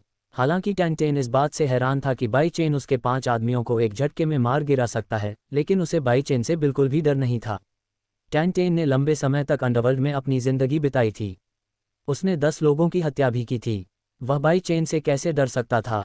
वह बाई चेन की ओर दौड़ा और अपनी पैंट से एक पॉकेट नाइफ निकाला। मर जाओ! उसने बाई चेन के पेट पर निशाना साधा। बाई चेन तेजी से और आसानी से बच निकला। उसी समय उसने अपना पैर घुमाकर टैन टेन की गर्दन के पिछले हिस्से पर लात मारी। धमाका! उस आदमी ने एक साथ अनगिनत तारे देखे और उसे बहुत ज्यादा कन्फ्यूजन महसूस हुआ। बाई चेन ने उसे एक बार फिर लात मारी और टैन टेन जमीन पर गिर गया और बेहोश हो गया। लड़के ने अपने विरोधी को देखा, थोड़ी देर हाथ मिलाया। फिर उसने लियू फैंग को देखा, जो बड़ी बड़ी आंखों से घूर रहा था, जैसे उसने कोई भूत देख लिया हो। ये कैसे हो सकता है? लियू फैंग ने कांपती हुई आवाज में कहा। उसने बाई चेन को ऐसे देखा जैसे उसे कोई भूत दिख रहा हो। उसने इस नतीजे के बारे में नहीं सोचा था, एक ऐसा नतीजा जिसमें बाई चेन ने टैन टेन के पूरे गैंग से छुटकारा पा लिया था। अब उसकी जांघों के बीच का हिस्सा बेहतर महसूस हो रहा था, इसलिए वह फिर से खड़ा हो सकता था। लियू फैंग, तुम और लियू परिवार आज जिंगजोऊ शहर से गायब होने जा रहे हो। लॉन्ग जू इन ने अपना फ़ोन कॉल खत्म किया और लियू फैंग के पास गई। उसने एक बार फिर उसके क्रॉच पर लात मारी। इस बार उसने ज्यादा जोर लगाया, जिससे उसके बॉलर्स टूट गए। आरगहा! लियू फैंग पहली बार से भी ज्यादा दर्द से चिल्लाया। उसका चेहरा चादर की तरह सफ़ेद हो गया था। लियू फैंग के चेहरे पर बहुत ज्यादा दर्द था। इस बार उसके बॉलर्स टूट गए थे, इसलिए दर्द 100 गुना ज्यादा था, जिससे वह चिल्ला पड़ा। वह आदमी फिर से जमीन पर गिर पड़ा। कोई नहीं समझ सकता था कि वह अभी क्या महसूस कर रहा होगा। दर्द बहुत ज्यादा था। लियू फैंग को इस हालत में देखकर बाई चेन को भी दर्द महसूस हुआ। उसने लॉन्ग शू इन के पास जाने की हिम्मत नहीं की। उसे डर था कि अगर उसने उसे नाराज कर दिया तो उसकी हालत भी लियू फैंग जैसी हो जाएगी। लॉन्ग शू इन ने लियू फैंग पर और ध्यान नहीं दिया। वह बाई चेन के पास गई, उसके चेहरे पर उत्साह के निशान थे। लॉन्ग शू इन को उम्मीद नहीं थी कि बाई चेन टैन टेन के सभी आदमियों से छुटकारा पा लेगी। इसके अलावा उन्होंने मामले को बहुत जल्दी निपटा दिया था। मैं हार गई। चलो, मैं तुम्हारे लिए खाना खरीदूंगी, उसने अपनी कार की ओर चलते हुए कहा। बाई चेन उसके पीछे पीछे गया। उसने टैन टेन के क्रू या लियू फैंग की तरफ मुड़कर भी नहीं देखा। इसके तुरंत बाद BMW ग्रैंड जिंग फैंग होटल की पार्किंग से बाहर निकल गई। लॉन्ग शू इन, तुम बदचलन हो। तुमने मेरे साथ जो किया उसकी सज़ा तुम्हें मिलेगी। लियू फैंग ने अपने दांत भींच लिए। उसका चेहरा सफ़ेद और नीला दोनों था, जो बहुत ज़्यादा दर्द से, तनाव और ऐंठन से रंगा हुआ था। उसने दर्द को दबाने की कोशिश की, अपना फ़ोन निकाला और लियूजे को फ़ोन किया। मुश्किल से 10 मिनट बाद लियूजे 2 बॉडीगार्ड के साथ आया। उसका चेहरा बहुत गंभीर था। क्या हुआ? लियू फैंग एक पोल के सहारे झुका हुआ था। उसका चेहरा दर्द और बदले की भावना से भर गया। ये वही स्लट लॉन्ग शू इन और उसका बॉयफ्रेंड था। उन्होंने मुझे और टैन के ग्रुप को बुरी तरह पीटा। लियूजे का चेहरा अचानक बदल गया। यह अच्छा नहीं है। अगर क्वान गुआन को ये पता चल गया तो हमारा लियू परिवार खत्म हो जाएगा। क्या हमें क्या करना चाहिए दादाजी? क्या हमें मेरे पिताजी को बुलाना चाहिए? अपने दादाजी की बात सुनकर लियू फैंग का गुस्सा डर में बदल गया। लियूजे ने सहमति में सिर हिलाया। उसे यह फैसला लेने का अफसोस भी हुआ, लेकिन वह और क्या कर सकता था? उसे नहीं पता था कि हालात इस तरह बदल जाएंगे। लियूजे ने अपना फ़ोन निकाला और अपने बेटे लियूडू को फ़ोन करने की तैयारी की। इससे पहले कि वह ऐसा कर पाता, एक काली वैन तेज़ रफ्तार से उसके पास आई। वह वैन उस जगह के पास रुक गई जहां वह खड़ा था। लियूजे के चेहरे का रंग उड़ गया। उसका दिल जोरों से धड़क रहा था। उसने कभी नहीं सोचा था कि यह इतनी तेजी से धड़केगा। उसने सोचा था कि ऐसा कुछ होगा। एक कार का दरवाज़ा जोर से खुला। काले सूट पहने 4 आदमी हाथों में शॉटगन लिए वैन से बाहर निकले। जब हालात ऐसे हो रहे थे तो लियूजे के पीछे खड़े 2 बॉडीगार्ड ने जल्दी से अपनी बंदूकें निकाल लीं, लेकिन वे बहुत धीरे थे। सूट पहने एक आदमी जो अभी अभी वैन से बाहर निकला था, उसके पास साइलेंसर वाली बंदूक थी। लियूजे के 2 बॉडीगार्ड को अपनी बंदूकें निकालते देखकर उसने बिना किसी हिचकिचाहट के उस आदमी ने लगातार 2 बार ट्रिगर दबाया। प्यू प्यू। यह आदमी एक स्नाइपर था, इसलिए उसके चूकने का कोई चांस नहीं था। दोनों बॉडीगार्ड के माथे खून से सने छेदों से भर गए। उनमें से तुरंत खून बहने लगा। दोनों लाशें जमीन पर गिर गईं और हिल भी नहीं रही थीं। यह तुम? लियूजे डर गया। उसका दिल धड़कना लगभग बंद हो गया। उसने कभी नहीं सोचा था कि ये लोग यहीं लोगों को मारने की हिम्मत करेंगे। उसने जो देखा था उसके हिसाब से यहाँ सिक्योरिटी कैमरे लगे थे। हत्या करने का मतलब था कि अगर पुलिस कैमरे चेक करने का फैसला करती तो उनसे भागना मुमकिन नहीं था। लियूजे को इस बात का कोई अंदाज़ा नहीं था कि टैन के गैंग ने सारे कैमरे बंद कर दिए थे। अगर पुलिस यहाँ होती भी तो भी कातिलों तक पहुँचने के लिए कोई सबूत नहीं मिलता। जी दादाजी, हमें क्या करना चाहिए? सिर्फ लियूजे ही नहीं डरे थे, लियू फैंग भी ऐसी ही हालत में थे। उन्होंने अपनी पैंट में पेशाब कर दिया, जिससे उनके टूटे हुए अंकोशों का दर्द और बढ़ गया जब पेशाब खून में मिल गया। इन सबको गाड़ी में बिठाओ, काले सूट में एक आदमी ने कहा जो लीडर लग रहा था। उसका नाम किम जोंग था। वह लॉन्ग शू इन की सुरक्षा के लिए जिम्मेदार था और उसके सभी आदेशों का पालन करता था। वह उसके आदेशों के तहत लियूजे और लियू फैंग से जुड़े कामों की देखभाल करने के लिए यहाँ था। जी सर, सूट पहने तीनों आदमियों ने एक साथ जवाब दिया। उन्होंने लियूजे और लियू फैंग को काली वैन में बिठा दिया। हालांकि उन्होंने विरोध करने की कोशिश की, लेकिन वे कुछ नहीं कर सके। टैन और उसके 5 आदमी जो अभी भी बेहोश थे, उन्हें भी वैन में डाल दिया गया, साथ ही उन 2 गार्ड की लाशों को भी, जिन्हें गोली मार दी गई थी। तुम लोग जाओ और उन सबको मार डालो। लाशों को अच्छे से ठिकाने लगाओ। कुछ भी हम तक वापस मत पहुंचने देना, किम जोंग ने आदेश दिया। मैं यहीं रहूंगा और इस जगह को साफ करूंगा। हाँ बॉस, काले सूट पहने दूसरे आदमियों ने जवाब दिया। वैन का दरवाज़ा बंद हो गया और गाड़ी चल पड़ी। लियूजे और लियू फैंग ने किम जोंग की बातें सुनी और डर के मारे लगभग बेहोश हो गए। वे पूरी तरह से निराश थे। उनके दिल में सिर्फ अफसोस था। अगर उन्हें पता होता कि चीज़ें इस तरह होंगी तो वे पहले ही लॉन्ग जू इनसे नहीं मिलते। किम जोंग ने वैन को जाते हुए देखा। वह बेरहमी से मुस्कुराया। लियू परिवार अब हमेशा के लिए खत्म हो गया था। लियूजे और लियू फैंग की हत्या कर दी गई, जबकि लियूडू और परिवार के दूसरे सदस्यों को विदेश भेज दिया गया। ऐसा कोई तरीका नहीं था जिससे वे दोबारा चीन में कदम रख पाते। ग्रैंड जिंग फैंग होटल से निकले हुए उन्हें लगभग 20 मिनट हो चुके थे। लॉन्ग जू इन बाई चेन को एक रेस्टोरेंट में ले गया जो बहुत फैंसी लग रहा था। शाम के लगभग 8 बज रहे थे।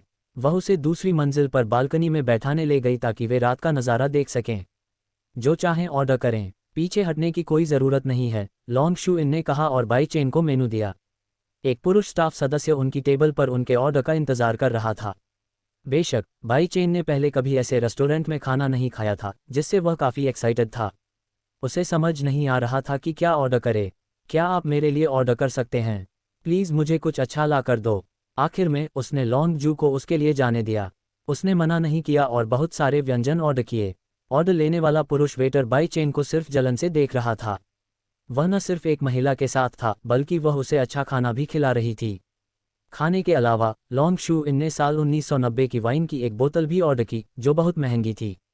बाई चेन ने असल में उसे ऐसा न करने के लिए कहा था, लेकिन उसने उसकी बात नहीं सुनी और फिर भी ऑर्डर दे दिया।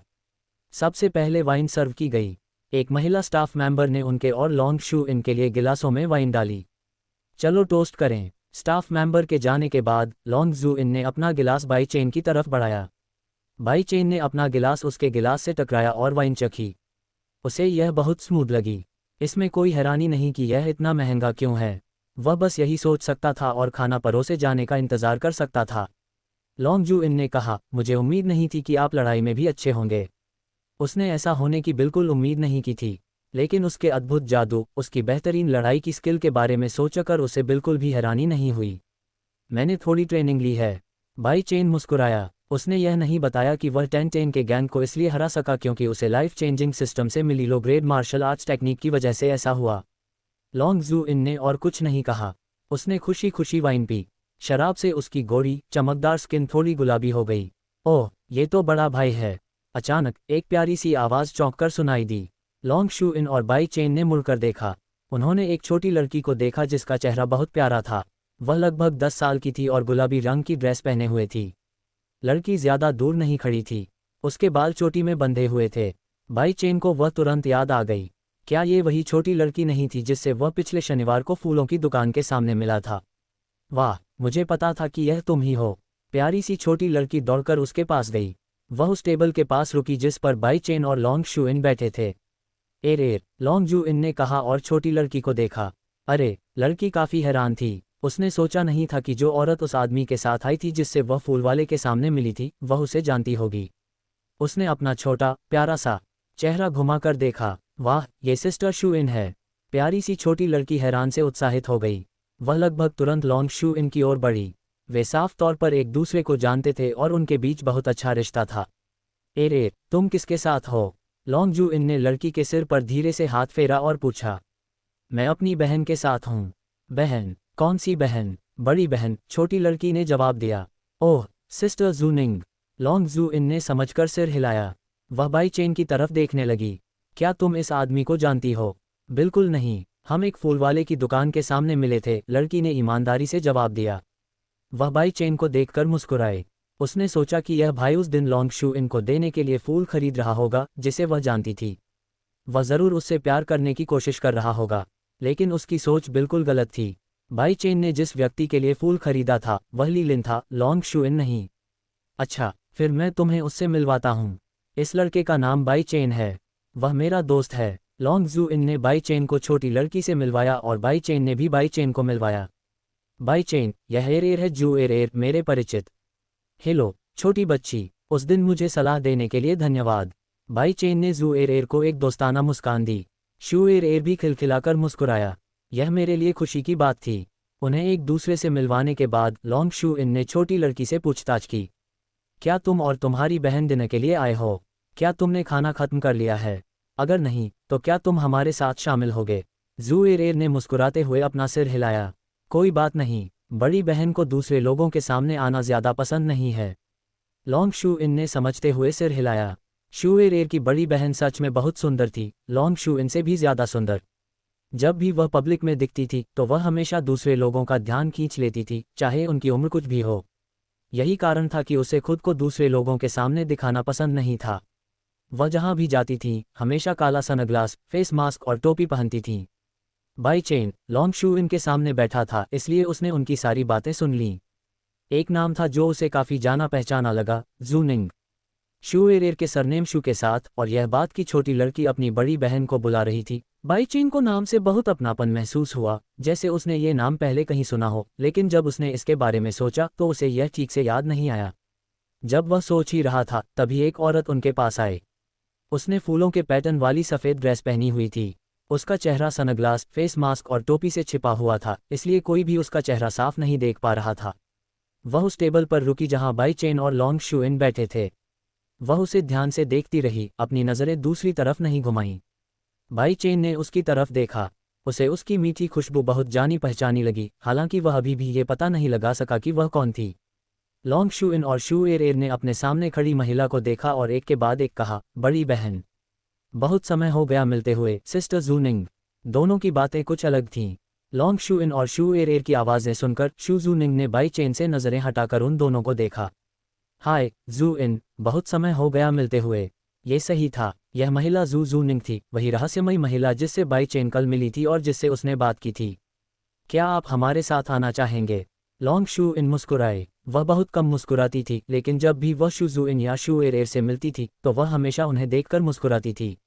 बाई चेन ने जू जू निंग को देखा और बस भौहें चढ़ा लीं। उसे लगा कि यह औरत बहुत जानी पहचानी लग रही है। ऐसा इसलिए हो सकता है क्योंकि वह अपना चेहरा छिपा रही थी, इसलिए उसे पता नहीं चला कि वह कौन है। जू जू निंग ने तुरंत जवाब नहीं दिया, बल्कि फिर से बाई चेन की ओर देखा। जू एरेर की सुंदर गोल आंखें कई बार झपकीं। उसने हैरानी से अपनी बड़ी बहन को देखा, फिर बाई चेन की तरफ देखा। बड़ी बहन को क्या हो गया है? वह इस बड़े भाई को लगातार क्यों घूर रही है? उसने सोचा। उसकी बहन ने एक बार भी इस तरह से किसी पुरुष में दिलचस्पी नहीं दिखाई थी। सिर्फ जू एरेर को ही शक नहीं हुआ, लॉन्ग जू इनको भी शक होने लगा। उसने देखा कि जू जू निंग की नज़र बाई चेन पर टिकी थी और वह आदमी भी बिना पल के झपकाए उसे घूर रहा था। ये दोनों एक दूसरे को जानते हैं, लॉन्ग जू इन ने सोचा। लेकिन सोचने पर ऐसा होना बहुत मुश्किल था। वह जू जू निंग को अच्छी तरह जानती थी। उसने अपनी जिंदगी में कभी किसी लड़के में दिलचस्पी नहीं दिखाई थी, यहाँ तक कि उसके मेल कजिन्स भी नहीं। जू निंग, क्या तुम बाई चेन को जानती हो? उसने हार मान ली और आखिरकार इस बारे में पूछा। बाई चेन मास्क के नीचे जू जू निंग के होंठ खुल गए। वह खुद से बुदबुदाए। सनग्लासेस के पीछे उसकी आंखें कांप रही थीं। उसने उसे पहले देखा था लेकिन पक्का नहीं था क्योंकि अभी वह बहुत जवान लग रहा था, कल मिले उस आदमी के उलट जो 30 साल का था। लेकिन अब जब उसने लॉन्ग शू इन की बात सुन ली थी तो उसे पक्का यकीन हो गया था कि यही वो लड़का है। चेन बाय और बाई चेन नामों में बस पहला और आखिरी नाम बदल दिया गया था। वह कैसे ध्यान देने से चूक गई। हालांकि जू जू निंग को यकीन था कि यह वही बुजुर्ग है जिससे वह कल मिली थी, लेकिन उसे पक्का नहीं पता था कि वह इस छोटे रूप में कैसे आ गया, या ये किसी तरह का बेहतर ट्रांसफिग्रेशन स्पेल है। जू जू निंग सोचने से खुद को रोक नहीं पाए। इस बुजुर्ग की शेप शिफ्टिंग स्किल सोच से भी परे है, उसने सोचा। बाई चेन के लिए जू जू निंग की इज्जत और बढ़ गई। वह न सिर्फ स्काई सोआरिंग रियल्म कल्टीवेटर था, बल्कि उसके पास शेप शिफ्टिंग की एडवांस टेक्निक भी थी। मैं उसे थोड़ा बहुत जानती हूँ, उसने लॉन्ग शू इन को जवाब दिया, एक ऐसा जवाब जिसने लॉन्ग शू इन को बहुत चौंका दिया। उसने कभी सोचा भी नहीं था कि शू शू निंग बाई चेन को जानती होगी। हालांकि सिर्फ लॉन्ग शू इन ही हैरान नहीं थी, प्यारी सी छोटी लड़की शू एरेर भी हैरान थी। जू जू निंग उसकी बहन थी, वह अपनी बहन का कैरेक्टर कैसे नहीं जान सकती थी। बाई चेन कंफ्यूज हो गया। उसने जू जू निंग से पूछा, क्या हम एक दूसरे को जानते हैं? जाहिर है उसे पता नहीं था कि वह वही है, हालांकि उसे लगा कि वह थोड़ी जानी पहचानी लग रही थी। एल्डर, जू जू निंग ने धीरे से कहा। इस शब्द से बाई चेन लगभग तुरंत खड़ा हो गया और उसकी आंखें थोड़ी चौड़ी हो गईं। यह आप थे? उसने कभी नहीं सोचा था कि वे फिर मिलेंगे। इसके अलावा उसे यकीन था कि वह उसे याद नहीं रखेगी, क्योंकि अभी वह 30 साल के जैसा नहीं दिख रहा था। ऐसा लग रहा था कि बाई चेन बहुत भोली थी। अब जब वे अचानक से फिर से मिल रहे थे तो उसे अब भी वह याद था। हाँ, मैं ही हूँ, जू जू निंग ने जवाब दिया। उसने पहले की तरह साधकों की भाषा का इस्तेमाल नहीं किया। अभी आसपास और भी लोग थे, इसलिए जू जू निंग के लिए इसका इस्तेमाल करना आसान नहीं था। बाई चेन ने गहरी सांस ली, उसे समझ नहीं आ रहा था कि क्या कहे। बाई चेन का रिएक्शन देखकर लॉन्ग शू इनको अब यकीन हो गया था कि ये दोनों सच में एक दूसरे को जानते हैं। तो आप दोनों एक दूसरे को जानते हैं, तो फिर हमारे साथ चलना चाहेंगे? हाँ, जू जू निंग ने सिर हिलाया और बाई चेन के बगल में बैठ गई। लड़के के चेहरे पर उलझन भरा भाव था। उसे समझ नहीं आ रहा था कि हंसे या रोए। उसने कभी नहीं सोचा था कि वह जू जू निंग से दोबारा मिलेगा। वाह बड़े भाई, ये बहुत बढ़िया है कि आप मेरी बहन को जानते हैं, जू एरेर ने मुस्कुराते हुए खुशी से कहा। उसके नज़रिए से जो पहला आदमी उसकी बहन से मिला था वह बहुत बढ़िया था। ऐसा कहकर वह लॉन्ग शू इनके बगल में बैठ गई। मैंने पहले ही ऑर्डर कर दिया है। जू निंग, प्लीज़ और ऑर्डर करने में संकोच न करें। एरेर भी, इस बार यह मेरा ट्रीट है। हालांकि लॉन्ग जू इन को ये जानने की काफ़ी उत्सुकता थी कि बाई चेन और जू जू निंग एक दूसरे को कैसे जानते हैं, लेकिन उसने नहीं पूछा। उस महिला ने सोचा कि अगली बार जब वे दोनों साथ होंगे तो वह हमेशा बाई चेन से पूछ सकती है। जू जू निंग ने सिर हिलाया और जू एरेर को देखा। एरेर, आप जो चाहें खाने का ऑर्डर दे सकते हैं। हाँ, शू एरेर ने सिर हिलाया और मेनू पर नज़र डाली। लॉन्ग शू इन ने स्टाफ को और खाना ऑर्डर करने के लिए बुलाया।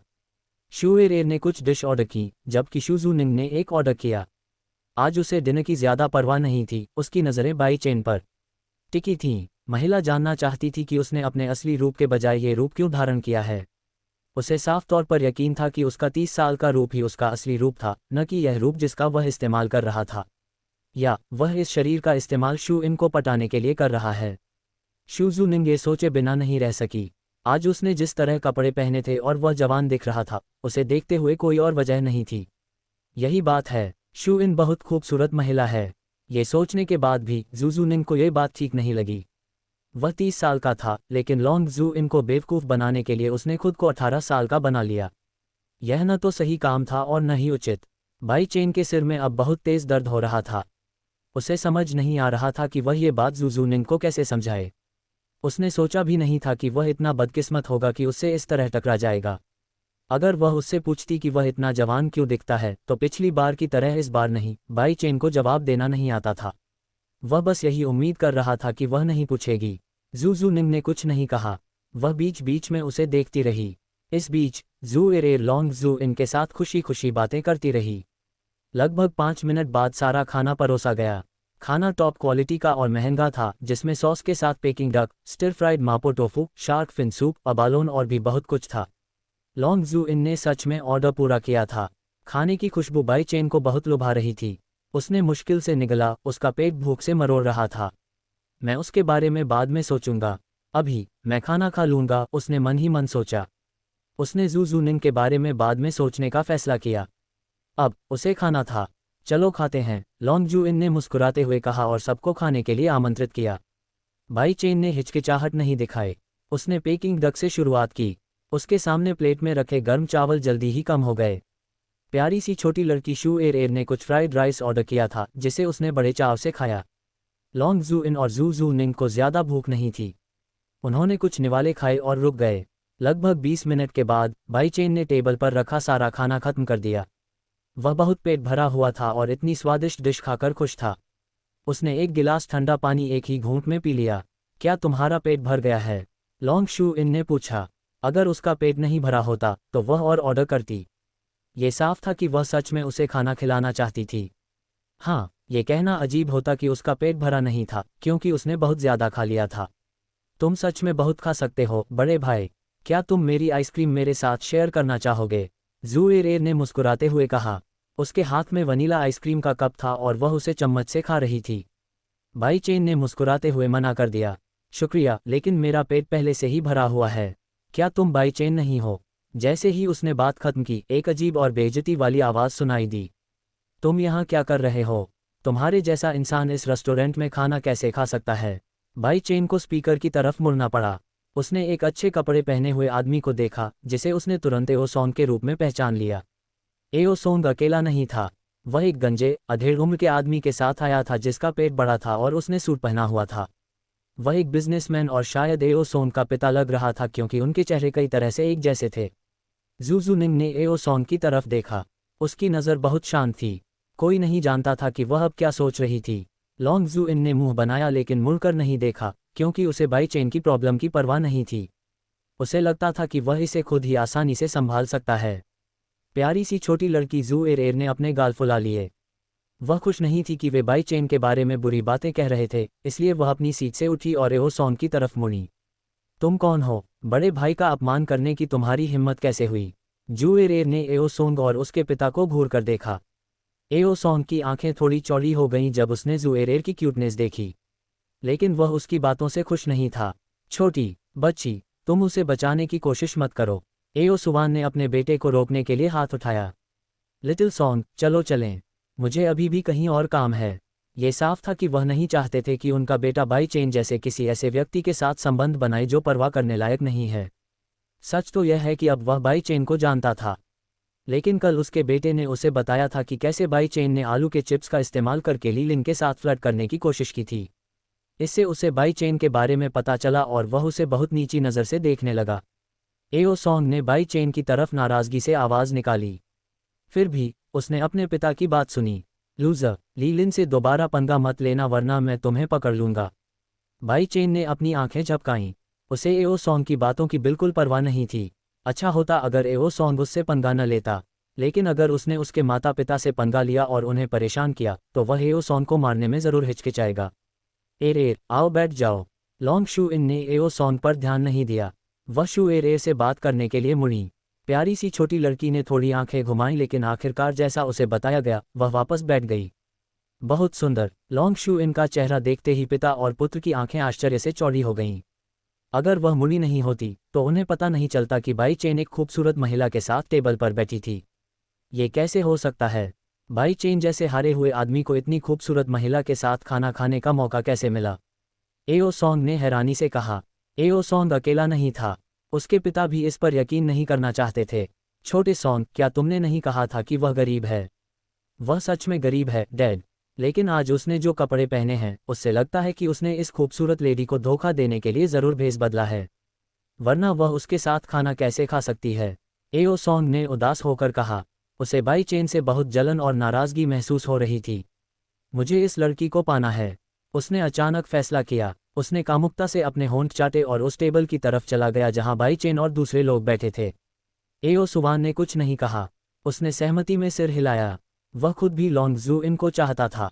उनका मानना था कि अपनी दौलत के दम पर वे बाई चेन जैसे किसी से कभी नहीं हारेंगे। अरे सुंदरी, क्या तुम मेरे साथ राइड पर चलना चाहोगी? एओ सॉन्ग ने बाई चेन या जू जूनिंग पर ध्यान नहीं दिया, जिसका चेहरा ढका हुआ था। न ही उसने जू एर पर कोई ध्यान दिया। उसे सिर्फ लॉन्ग जू इन में दिलचस्पी थी। जैसा मेरे बेटे ने अभी कहा, क्या आप उसके और मेरे साथ राइड पर जाना चाहेंगे? एओ सुवान मुस्कुराया और उनकी तरफ बढ़ते हुए अपने पीले दांत दिखाए। लॉन्ग शू इन की नज़र अचानक बदल गई। उसने उस घिनौने बाप बेटे की जोड़ी को बेरुखी से देखा। मुझे कोई दिलचस्पी नहीं है। एओ सॉन्ग हैरान रह गया। लोग अक्सर उसे मना नहीं करते थे। वह नखरे करने को तैयार था, लेकिन उसके पापा ने उसे रोक दिया। एओ सुवान ने लॉन्ग शू इन की तरफ देखा। उसके मुंह के कोनों पर मुस्कान आ गई। हमारे साथ आओ और तुम अपनी कीमत बता सकते हो। सच कहूं तो मैं तुम्हें 10,000 युआन तक दे सकता हूं। बाई चेन ने अपना सिर हिलाया। उसे लगा कि इन बाप बेटे में बहुत हिम्मत है और वे बिल्कुल बेशर्म हैं। भले ही लॉन्ग शू इन ने पहले ही मना कर दिया था, फिर भी वे नहीं माने और इसके बजाय उससे बेइज्जती वाली बातें कहीं। तुम्हारे नाम क्या हैं? लॉन्ग जू इन ने ठंडे स्वर में पूछा। एओ सुवान की बातों से वह गुस्सा हो गई थी। भले ही शू एर सिर्फ 10 साल की एक प्यारी सी लड़की थी, लेकिन वह अपनी उम्र के दूसरे बच्चों से ज़्यादा चालाक थी। जब उसने उस बदसूरत, गंजे, मोटे पेट वाले आदमी की बातें सुनी तो उसे लॉन्ग शू इन पर गुस्सा आया। वह उसे कोसने को तैयार थी, लेकिन इससे पहले कि वह ऐसा कर पाती, जुजुनिंग ने अपना सनग्लास थोड़ा नीचे कर लिया और उसे वहीं रहने का इशारा किया। हालांकि वह नाखुश थी, फिर भी उसने अपनी बड़ी बहन की बात मानी और चुपचाप बैठी रही। लॉन्ग शू इन की बात सुनकर एओ सॉन्ग का मूड हल्का हो गया। मेरा नाम एओ सॉन्ग है। हमारे साथ आओ, सुंदरी। गारंटी है कि 10,000 युआन ज़रूर तुम्हारे होंगे। हाँ, सही है। अगर 10,000 युआन काफ़ी नहीं हैं, तो मैं इसे 20,000 युआन कर दूंगा। ओह, मेरा नाम एओ सुवान है। मैं एओ सुवान कंस्ट्रक्शन कंपनी का मालिक हूँ। एओ सुवान खुद को अपना परिचय देने से रोक नहीं सका। आओ सुवान और आओ सॉन्ग, है ना? बहुत बढ़िया। रुको, मैं एक कॉल करती हूँ। लॉन्ग शू इन अपना फ़ोन निकालने ही वाली थी, लेकिन बाई चेन ने उसे रोक दिया। उसने एओ सुवान और एओ सॉन्ग की तरफ देखा और कहा, एओ सॉन्ग, मुझे लगता है कि तुम्हें अपने पापा को अकेले ही घुमाने ले जाना चाहिए। ये साफ था कि वह सिर्फ बैठकर नहीं देख सकता था, नहीं तो उसे एक आदमी के तौर पर पैदा होने पर शर्म आएगी। तुमने अभी क्या कहा? एओ सॉन्ग का चेहरा अचानक गुस्से से भर गया। उसने बाई चेन को घूरा। ये फिर से कहने की कोशिश करो। तुम बदमाश हो। मैं कौन हूँ और तुम कौन हो? क्या तुम मेरे लिए बोलने की हिम्मत नहीं करते? एओ सुवान बाई चेन की बातों से गुस्सा हो गई। बाई चेन की भौहें तन गईं। ऐसा लग रहा था कि इन दोनों के साथ अच्छे से बात करना कोई ऑप्शन नहीं था, वे सुनते ही नहीं थे। क्योंकि हालात ऐसे हो गए थे, इसलिए उसे थोड़ी हिंसा का इस्तेमाल करना होगा। वह उठने ही वाला था कि एक हाथ उसकी तरफ बढ़ा। उस हाथ का मालिक जू जूनिंग था। आपको ये खुद करने की ज़रूरत नहीं है, उसने अपना दूसरा हाथ उठाते हुए कहा। अचानक काले सूट में दो आदमी अंदर आए। वे दोनों एओ सोंग और एओ सुवान के पास पहुंचे। तुम लोग क्या कर रहे हो? एओ सुवान जोर से चिल्लाई, जिससे आसपास की टेबल पर बैठे सभी लोग देखने लगे।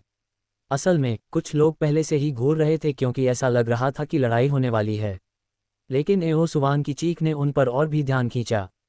हाँ, एओ सोंग अपने पास खड़े काले सूट वाले आदमी पर चिल्लाने के लिए मुड़ा। क्या तुम नहीं जानते कि मैं कौन हूँ?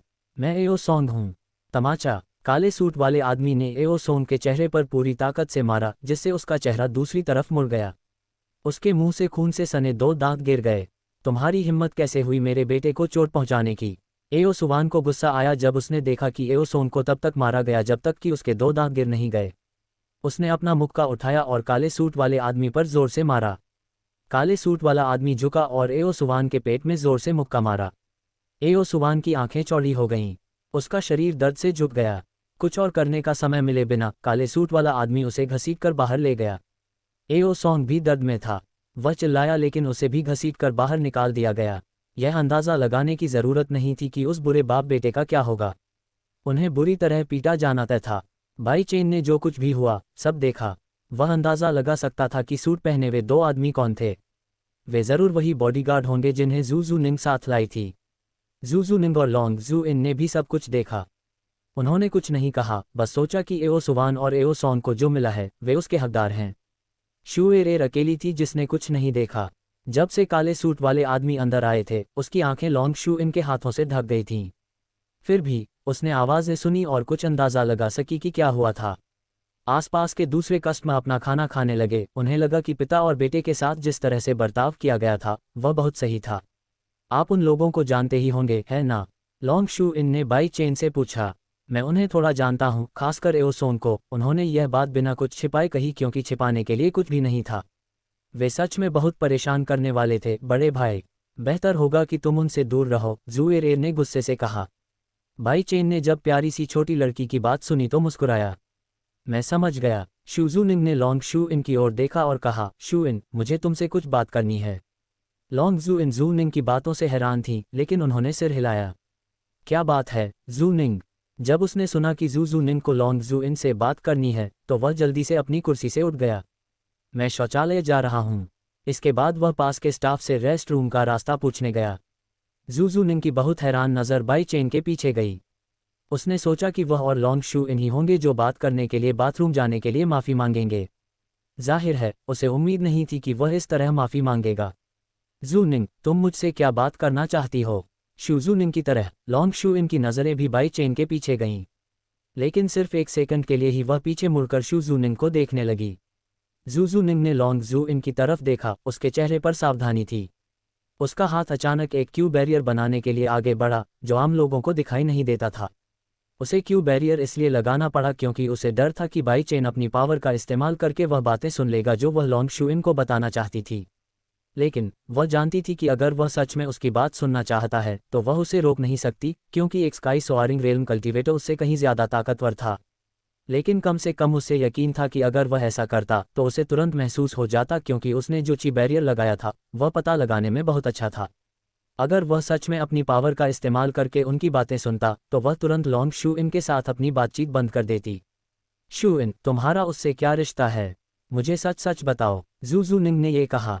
उसकी आवाज़ बहुत स्थिर थी लेकिन उसने जो कुछ कहा था उसमें ज़रूर कुछ तेज़ी थी। लॉन्ग जू इन ने अपनी खूबसूरत आंखें कुछ बार झपकाईं। उसे समझ नहीं आया कि जू निंग ऐसा सवाल क्यों पूछेगी, लेकिन उसने फिर भी जवाब देने का फैसला किया। मैं उसे अपना दोस्त कह सकती हूँ। दोस्त? हाँ, सही है। असल में मैं उसे कुछ ही दिनों से जानती हूँ, लॉन्ग जू इन ने उससे कहा। लेकिन उसने यह नहीं बताया कि बाई चेन के पास जादुई शक्तियाँ थीं क्योंकि उसने पहले ही उसे वचन दिया था कि वह किसी को नहीं बताएगी। तुम्हें वह पसंद नहीं है ना? जू निंग ने अचानक ये सवाल पूछ लिया जिससे लॉन्ग जू इन का चेहरा थोड़ा लाल हो गया। उसने तुरंत जवाब नहीं दिया। बाई चेन के लिए उसकी जो फीलिंग्स थी उसे पक्का नहीं था कि वह उसे पसंद करती है या नहीं।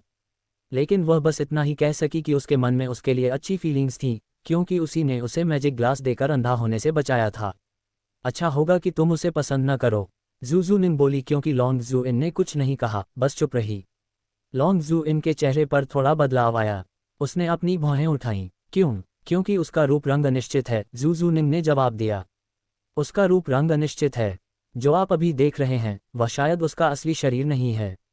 तुम्हारा क्या मतलब है? लॉन्ग शू इन के सुंदर चेहरे पर एक अजीब सा भाव आ गया। उसने अपना चश्मा ऊपर किया। शू इन, इस दुनिया में ऐसी बहुत सी चीज़ें हैं जिनके बारे में तुम्हें नहीं पता होना चाहिए। मैं तुम्हें बस इतना बता सकता हूँ कि वह कोई आम इंसान नहीं है। हमारे दोनों परिवार मिलकर भी शायद ही उसका कुछ कर पाएं। जू निंग ने बहुत गंभीरता से बात की। जू निंग ने जो बताया उसे सुनकर लॉन्ग जू इन का शरीर कांपने लगा। उसका दिल जोर जोर से धड़कने लगा। चेहरे पर हैरानी के भाव के साथ उसने जल्दी से एक सवाल पूछा। क्या ये सच है? जू निंग ने सिर हिलाया। उसकी खूबसूरत आंखें उसके सनग्लासेस के पीछे इधर उधर घूम रही थीं। ये बिल्कुल सच है। अगर बीजिंग के 5 सबसे बड़े परिवारों में से 2 लॉन्ग और जू परिवार भी हाथ मिला लें तो भी हम उससे कभी नहीं लड़ सकते। लॉन्ग जू इन चुप हो गई। इस समय उसके पास कहने के लिए और कुछ नहीं था। उसका शरीर थोड़ा कांप रहा था। सच तो यह है कि उसने सोचा था कि बाई चेन एक अमीर परिवार की दूसरी पीढ़ी का बेटा है, लेकिन उसने कभी नहीं सोचा था कि उसका असली रूप इतना डरावना होगा कि बीजिंग के 2 सबसे बड़े परिवार जैसे उसका लॉन परिवार और जूनिंग का जू परिवार भी उसे छू नहीं पाएंगे। लेकिन उसने जो जादुई चश्मा दिया था और जिस जादू का जिक्र किया था उसके बारे में सोचने पर उसे थोड़ी समझ आने लगी। लॉन्ग जू इन ने एक और गहरी सांस ली। जूनिंग पर नजर गड़ाए हुए उसने कांपती आवाज में पूछा, कौन असल में वह कौन है? जूनिंग ने जवाब में अपना सिर हिलाया। मुझे भी नहीं पता, क्योंकि मैं उससे कल ही मिला हूं। एक बात मैं कह सकता हूं कि वह आम नहीं है और तुम्हें उसे पसंद नहीं करना चाहिए, लेकिन तुम उससे दोस्ती कर सकते हो क्योंकि उससे दोस्ती करना बहुत अच्छी बात होगी। मैं समझ गई, जूनिंग। लॉन्ग जू इन ने अपनी भावनाओं को शांत करते हुए सिर हिलाया। खैर, उसका मन सवालों से भरा था। वह सोच रही थी कि बाई चेन असल में कौन है और उसे अब पक्का नहीं था कि वह सच में उसके पीछे पड़ा है या नहीं और क्या वह सच में उसे पसंद करता है। इसमें कोई शक नहीं था कि उसके मन में जो भी सवाल थे वे जूनिंग की बातों की वजह से थे। शूएरेर, लॉन्ग शू इन के बगल वाली कुर्सी पर बैठी थी। भले ही उसने ऐसा दिखाया कि वह अपनी बड़ी बहन की बातों पर ध्यान नहीं दे रही है, लेकिन उसकी आंखों में बहुत चमक थी। उसने कभी नहीं सोचा था कि बड़ा भाई, जो इतना आम लगता था और महंगे कपड़े नहीं पहनता था, जिससे वह अचानक एक फूल की दुकान के सामने मिली थी, इतना कमाल का इंसान निकलेगा। बाई चेन 5 मिनट बाद बाथरूम से लौटा। जब वह टेबल पर पहुंचा तो उसने देखा कि लॉन्ग जू इन ने पहले ही पेमेंट कर दिया था। क्या हम चलें? उसने पूछा। हम। लॉन्ग जू इन ने लापरवाही से सिर हिलाया। जूएरेर कुर्सी से नीचे कूद पड़ी। वह खुशी से मुस्कुराते हुए बाई चेन की ओर बढ़ी और उसका हाथ पकड़ लिया। बड़े भाई, क्या मैं आपका घर देखने आ सकती हूँ? बाई चेन ने पलकें झपकाईं। उसने नीचे उस प्यारी सी छोटी लड़की को देखा जिसकी हाइट सिर्फ उसकी कमर तक थी। वह मना करने ही वाला था क्योंकि उसके घर में कुछ खास दिलचस्प नहीं था। वह नहीं चाहता था कि जूएरेर निराश हो। हालांकि इससे पहले कि वह मना कर पाता, जूनिंग अंदर आए और जूएरेर का हाथ पकड़ लिया। शरारती मत बनो, एरेर। बहुत देर हो गई है, हमें जल्दी घर चलना चाहिए। जूएरेर के चेहरे पर निराशा दिखी, लेकिन बस थोड़ी देर के लिए। उसने अपनी बहन की बात मानते हुए सिर हिलाया और बाई चेन का हाथ छोड़ दिया। बाई चेन, लॉन्ग शू इन, शूनिंग और शूएरेर के साथ पार्किंग लॉट पर पहुंचे। लॉन्ग शू इन ने पूरे रास्ते उससे कुछ नहीं कहा।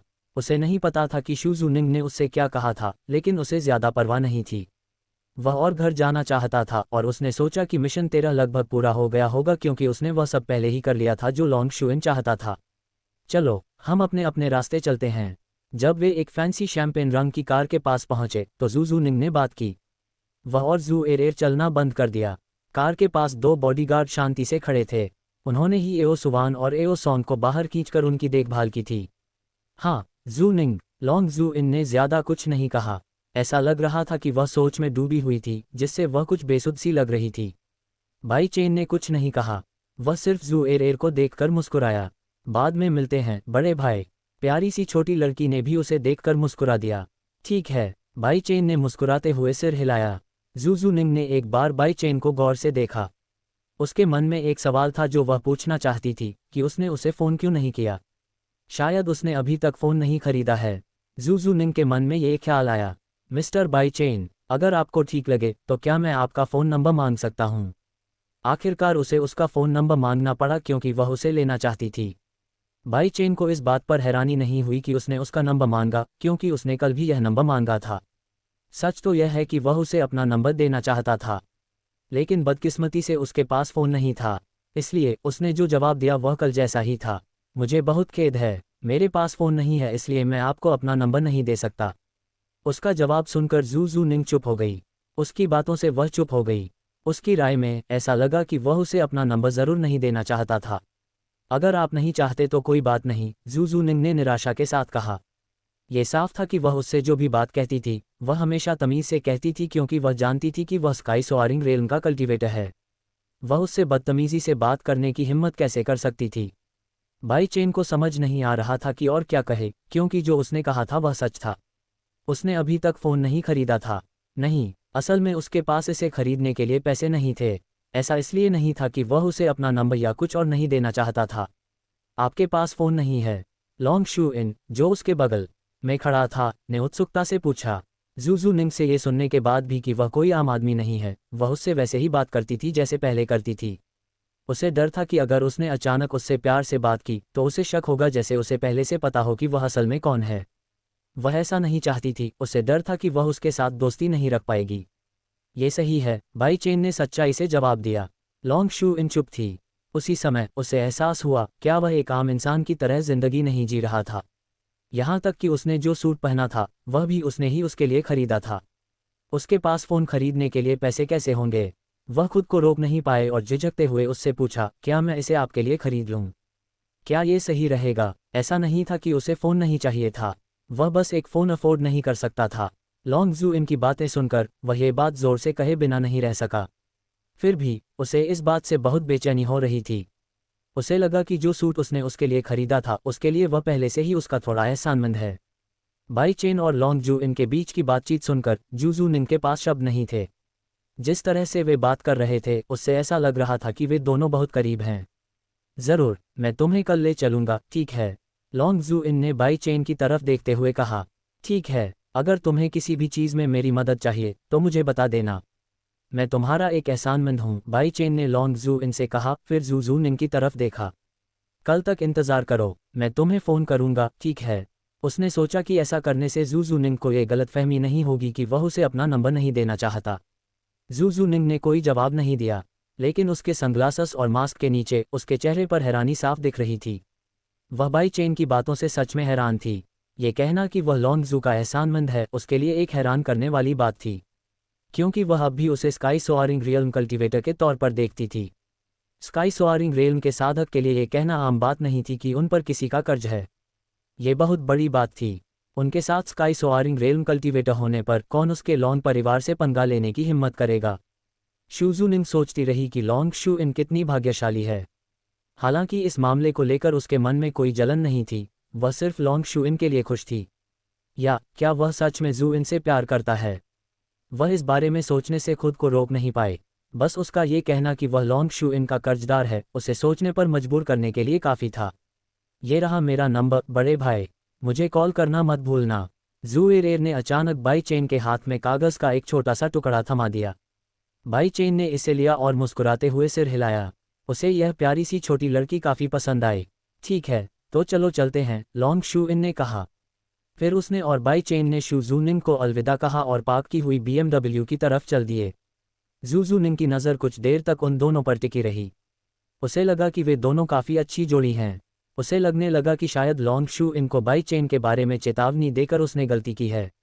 बीजिंग में शी परिवार के लिविंग रूम में शी कोंग हाय और शी डुआन एक शानदार महंगे सोफे पर बैठे थे। वे एक दूसरे के सामने बैठे थे, बीच में एक काली चमकदार कांच की मेज थी। उस कांच की टेबल पर कॉफ़ी के 2 कप रखे थे जिन्हें दोनों लोगों ने छुआ तक नहीं था। ये साफ था कि वे कॉफ़ी पीने के मूड में नहीं थे। छोटे डोंग के बारे में हम और कुछ नहीं कर सकते, शी कोंग हाई ने आह भरी। जब से उसे होश आया वह ये खबर सुनकर बेहोश हो गया था कि शी डोंग ने जिसके साथ गलत किया था वह जनरल हुआंग कियान था। वह चीन के दूसरे 9 सबसे ताकतवर जनरलों से मिलने के लिए इधर उधर भाग रहा था ताकि उनसे जनरल हुआंग कियान के साथ शी डोंग की रिहाई के लिए बातचीत करने में मदद मांग सके। लेकिन उन सब ने मना कर दिया था। कोई भी उसकी मदद नहीं करने वाला था। ऐसा इसलिए था क्योंकि वे एक दूसरे के दुश्मन नहीं बनना चाहते थे। अगर इसका उनके अपने परिवार से कोई लेना देना नहीं था तो यह उम्मीद करना नामुमकिन था कि वे एक दूसरे के खिलाफ हो जाएंगे। कोई बात नहीं, डैड, लिटिल डोंग ही वह है जिसने ये सब किया है। वह इसके लायक है। शी डुआन ने उसकी कनपटियों पर मालिश की। उसका चेहरा पीला और थका हुआ था। वह कल से सोया नहीं था। लेकिन छोटा डोंग बहुत ज़्यादा था। मैंने कभी नहीं सोचा था कि वह इतना हिम्मत वाला होगा। शी कोंग हाई ने बेबसी से अपना सिर हिलाया, शी डुआन ने जो वीडियो उसे दिखाया था उसके बारे में सोचते हुए। ऐसा नहीं था कि उसे गुस्सा नहीं था, वह पहले से ही बहुत गुस्से में था। लेकिन गुस्सा कुछ भी नहीं बदल सकता था। इसलिए उसने धीरे धीरे शी डोंग पर अपना गुस्सा कम करने का फैसला किया और इसके बजाय उसकी मदद करने का तरीका ढूंढा, क्योंकि चाहे कुछ भी हो शी डोंग अभी भी उसके पोतों में से एक था। लेकिन अपनी सारी कोशिशों के बावजूद वह कुछ नहीं कर सका। भले ही शी परिवार बीजिंग के 5 सबसे बड़े परिवारों में से एक था, लेकिन क्योंकि वे पहले से ही कमज़ोर हो रहे थे इसलिए यह बस कुछ ही समय की बात थी कि वे 5 बड़े परिवारों में से एक नहीं रहेंगे। अगर बड़े चाचा इतनी जल्दी गुजर नहीं गए होते तो शायद हालात बेहतर होते। शी डुआन खुद को यह जोर से कहने से रोक नहीं पाए। जिस बड़े चाचा की उन्होंने बात की वह शी कोंग हाई के बड़े भाई थे। वह एक जनरल थे जो जनरल हुआन कियान जितने ही ताकतवर थे। 5 साल पहले एक भयानक बीमारी से उनकी मौत हो गई थी। उनकी मौत की वजह से शी परिवार कमज़ोर हो गया और उसका पतन होने लगा। इसका जिक्र मत करो, ये खत्म हो चुका है। शी कोंग हाई ने उसे हाथ हिलाकर टाल दिया। जाहिर है कि वह इस बारे में बात नहीं करना चाहता था। अपने गुजरे हुए भाई के बारे में बात करने से वह वापस जिंदा नहीं हो जाएगा। डैड, मैं चाहता हूं कि शी डोन की जगह शी डू वारिस बने। आप क्या सोचते हैं? अचानक शी डुआन ने परिवार के वारिस का विषय उठाया, जो एक ऐसा पद था जो जन्म से ही शी डोन का था, क्योंकि वह सबसे बड़ा बेटा था। लेकिन अभी के हालात में चीज़ें अलग थीं। चूंकि शी डोन को 50 साल जेल की सज़ा सुनाई गई थी, इसलिए कोई दूसरा रास्ता देखना ज़रूरी था। भले ही शी कोंग हाई ने अभी तक शी परिवार के मुखिया का पद नहीं छोड़ा था और शी डुआन अभी तक मुखिया नहीं बनी थी, फिर भी वारिस को हमेशा समय से पहले चुनना पड़ता था। लिटिल डू ठीक लग रहा है। लिटिल डू ही है। उसका टैलेंट लिटिल डोंग से ज़्यादा कम नहीं है। शी कोंग हाई ने बिना सोचे समझे सहमति में सिर हिला दिया। शी डुआन के दूसरे बेटे शी डू के अलावा ऐसा कोई और नहीं था जिसमें उसके और शी डुआन के बाद शी परिवार का वारिस बनने की काबिलियत हो। तो फिर ये तय हो गया, मैं लिटिल डू से मिलकर उसे इस बारे में बताऊंगा। शी डुआन सोफे से उठ खड़ा हुआ। शी कोंग हाई ने कुछ नहीं कहा, उसने सिर्फ सिर हिलाया। शी डुआन के लिविंग रूम से चले जाने के बाद शी कोंग हाई ने एक लंबी सांस ली। वह सोफे पर सिर टिकाकर थकी हुई आवाज़ में ज़ोर ज़ोर से बुदबुदाने लगा। मेरे समय में शी परिवार के साथ ऐसा क्यों हो रहा है? टकराना। एक हथेली जोर से मेज़ पर पड़ी। एक बेरहम दिखने वाला अधेड़ उम्र का आदमी जिसकी लंबी दाढ़ी थी, उसने टेबल पर हाथ पटका था। उसने एक महंगा फर कोट पहना हुआ था और एक महंगी कुर्सी पर बैठा था। उसकी आंखें अब गुस्से से भरी हुई थीं। क्या तुम मुझे बता सकते हो कि क्या हुआ है? वह चिल्लाया। उसकी आवाज़ पूरे कमरे में जोर से गूंज उठी। कमरे में 2 और लोग थे। उनमें से एक को बाई चेन ज़रूर पहचान लेता अगर वह यहाँ होता। वह कोई और नहीं बल्कि डोंग गो था। डोंग गो डर के मारे बेकाबू होकर कांप रहा था। जो आदमी महंगी कुर्सी पर बैठा था और जिसका चेहरा गुस्से से भरा हुआ था, वह व्हाइट टाइगर गैंग का दूसरा सबसे ताकतवर सदस्य था, गैंग लीडर के बाद दूसरा। उसका नाम चांग डू था। चांग डू के सामने खड़े होने पर जब वह इतना गुस्से में था तो डोंग गो कैसे नहीं डरता? वह यहाँ सिर्फ इसलिए था क्योंकि उसके बगल में बैठा व्यक्ति उसे अस्पताल से खींचकर बाहर ले आया था। सच तो यह है कि डोंग गो अभी भी ठीक हो रहा था। उसके मुंह के कई दांत नहीं थे, जिससे उसे लगातार दर्द हो रहा था। इसलिए उसे लुनहेर के साथ हॉस्पिटल में रहना पड़ा, जिसकी 3 पसलियां टूट गई थीं। मुझे पता है। मुझे लगता है कि यह वही आदमी होगा जिसने मुझे और लुनहेर को पीटा था, जिसने बड़े भाई मा जोंग और बाकियों को मारा था। डोंग गो ने कांपती आवाज़ में कहा। वह इस बारे में बात करने से डर रहा था क्योंकि वह जानता था कि माँ जोंग और बाकी लोग मारे जा चुके हैं। आखिर वे बाई चेन से निपटने गए थे, लेकिन बाई चेन ने उन्हें मार डाला। पीछे मुड़कर देखने पर वह खुद को खुशकिस्मत महसूस किए बिना नहीं रह सका कि बाई चेन ने उसे मारने का फैसला नहीं किया। डोंग गो को माँ जोंग और उसके गुंडों की मौत के बारे में इसलिए पता था क्योंकि किसी ने 1 घंटे पहले पुलिस को असली क्राइम सीन पर लाशों की खबर दी थी और यह खबर न्यूज़ में आ गई थी। ज़रूर, चांग डू को भी इस बारे में पता था। उसने न्यूज़ देखी थी और इसीलिए वह उस समय इतना गुस्से में था। वह इतने गुस्से में थे कि उन्हें अपने दाहिने हाथ वाले आदमी को भेजकर डोंग गो को पूछताछ के लिए अस्पताल से बाहर खींचना पड़ा। आप किस आदमी की बात कर रहे हैं? चांग डू ने डोंग गो की तरफ तेज और पैनी नज़र से देखा जब उसने सुना कि उस आदमी ने माँ जोंग और उसके आदमियों को मार डाला था। डोंग गो डर से कांप उठा। चांग डू की तीखी नज़रों का सामना करते हुए उसने तुरंत सब कुछ बता दिया। ये कैसे शुरू हुआ जब बागवान ने माँ जोंग से किसी से डील करने के लिए कहा और फिर माँ जोंग ने उसे और लुनहेर को ये काम करने के लिए भेजा। डोंग गो से सब कुछ सुनने के बाद चांग डू ने अपनी भौहें सिकोड़ लीं। उसका एक्सप्रेशन बहुत बदल गया था। वह गुस्से में भी था और हैरान भी। उन्होंने सोचा भी नहीं था कि माँ जोंग और उसके साथियों को मारने वाला व्यक्ति 18 साल का लड़का होगा। वह अकेला नहीं था, उसके दाहिने हाथ वाले आदमी का भी चेहरा बदल गया था। चांग डू के दाहिने हाथ वाले आदमी का नाम बियाओगे था। आप क्या सोचते हैं, बियाओगे? चांग डू ने अपने दाहिने हाथ वाले आदमी से चेहरे पर गंभीरता दिखाते हुए पूछा। बियाओगे ने कुछ देर सोचा और फिर पक्के इरादे से जवाब दिया। मुझे लगता है कि हमें बॉस मा जोंग और हमारे गैंग के दूसरे लोगों से बदला लेने के लिए उसे मारना होगा जिन्हें उसने मारा था। चांग डू ने सिर हिलाया, बियाओगे की बातों से सहमत होते हुए। उसकी नज़रें ठंडी हो गईं। अच्छा, हम उन्हें कल शाम को मार देंगे। तुम जाकर करीब 20 लोगों को इकट्ठा करो। उनसे कहो कि वे अपनी बंदूकें तैयार रखें। ये देखते हुए कि उसने माँ जोंग और उसके आदमियों को मारा है और डोंग गो कह रहा है कि उसे कुंफू आता है, उससे निपटना काफ़ी मुश्किल हो सकता है। हाँ बॉस चांग, मैं अब इसका ध्यान रखूंगा, बियाओगे ने कमरे से बाहर निकलते हुए कहा। बॉस चांग, मुझे भी साथ चलने दो, मैं उसे अपनी आंखों से मरते हुए देखना चाहता हूँ, डोंग गो ने जल्दी से कहा। भले ही वह बाई चेन से और इस बात से डरता था कि उसने माँ जोंग को मार दिया था, लेकिन वह बदला लेने के लिए भी बेचैन था। वह बाई चेन को अपनी आंखों से मरते हुए देखना चाहता था। कोई बात नहीं, चांग डू ने मना नहीं किया क्योंकि उसके पास मना करने का कोई कारण नहीं था। डोंग गो जाए या न जाए, नतीजा वही होगा। उसे लगता था कि जिन 20 लोगों को वह लाने वाला है वे बाई चेन को आसानी से मार सकते हैं, चाहे वह कुंग-फू में कितना भी माहिर क्यों न हो, उसे वैसे भी मार दिया जाएगा। उसने हमारे व्हाइट टाइगर गैंग से पंगा लेने की हिम्मत की, उसने गलत लोगों से पंगा लिया। चांग डू ने मजाक उड़ाया, फिर जोर से हंसा। उसकी हंसी से डोंग गो के रोंगटे खड़े हो गए। लॉन्ग जू इन ने बाई चेन को घर छोड़ा। घर जाने से पहले उसने कल सुबह करीब 9 बजे उसका नया फ़ोन खरीदने के लिए उससे अपॉइंटमेंट ले लिया। असल में वह शाम 4 बजे तक टालना चाहता था क्योंकि उसे स्कूल जाना था, लेकिन कुछ सोचने के बाद उसने तय किया कि एक दिन के लिए स्कूल छोड़ना ठीक रहेगा, इसलिए उसने हाँ कह दिया। घर पहुंचते ही उसने सबसे पहले नहाया और कपड़े बदले। जब तक वह नहाकर आया, रात के 11 बज चुके थे।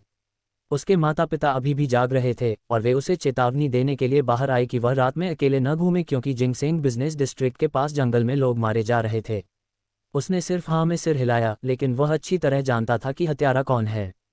यह उसके अलावा कोई और नहीं हो सकता। जब उसके माता पिता सो गए तो वह अपने कमरे में गया और बैठ गया और लाइफ चेंजिंग सिस्टम की खिड़की खोलकर उसे चेक किया।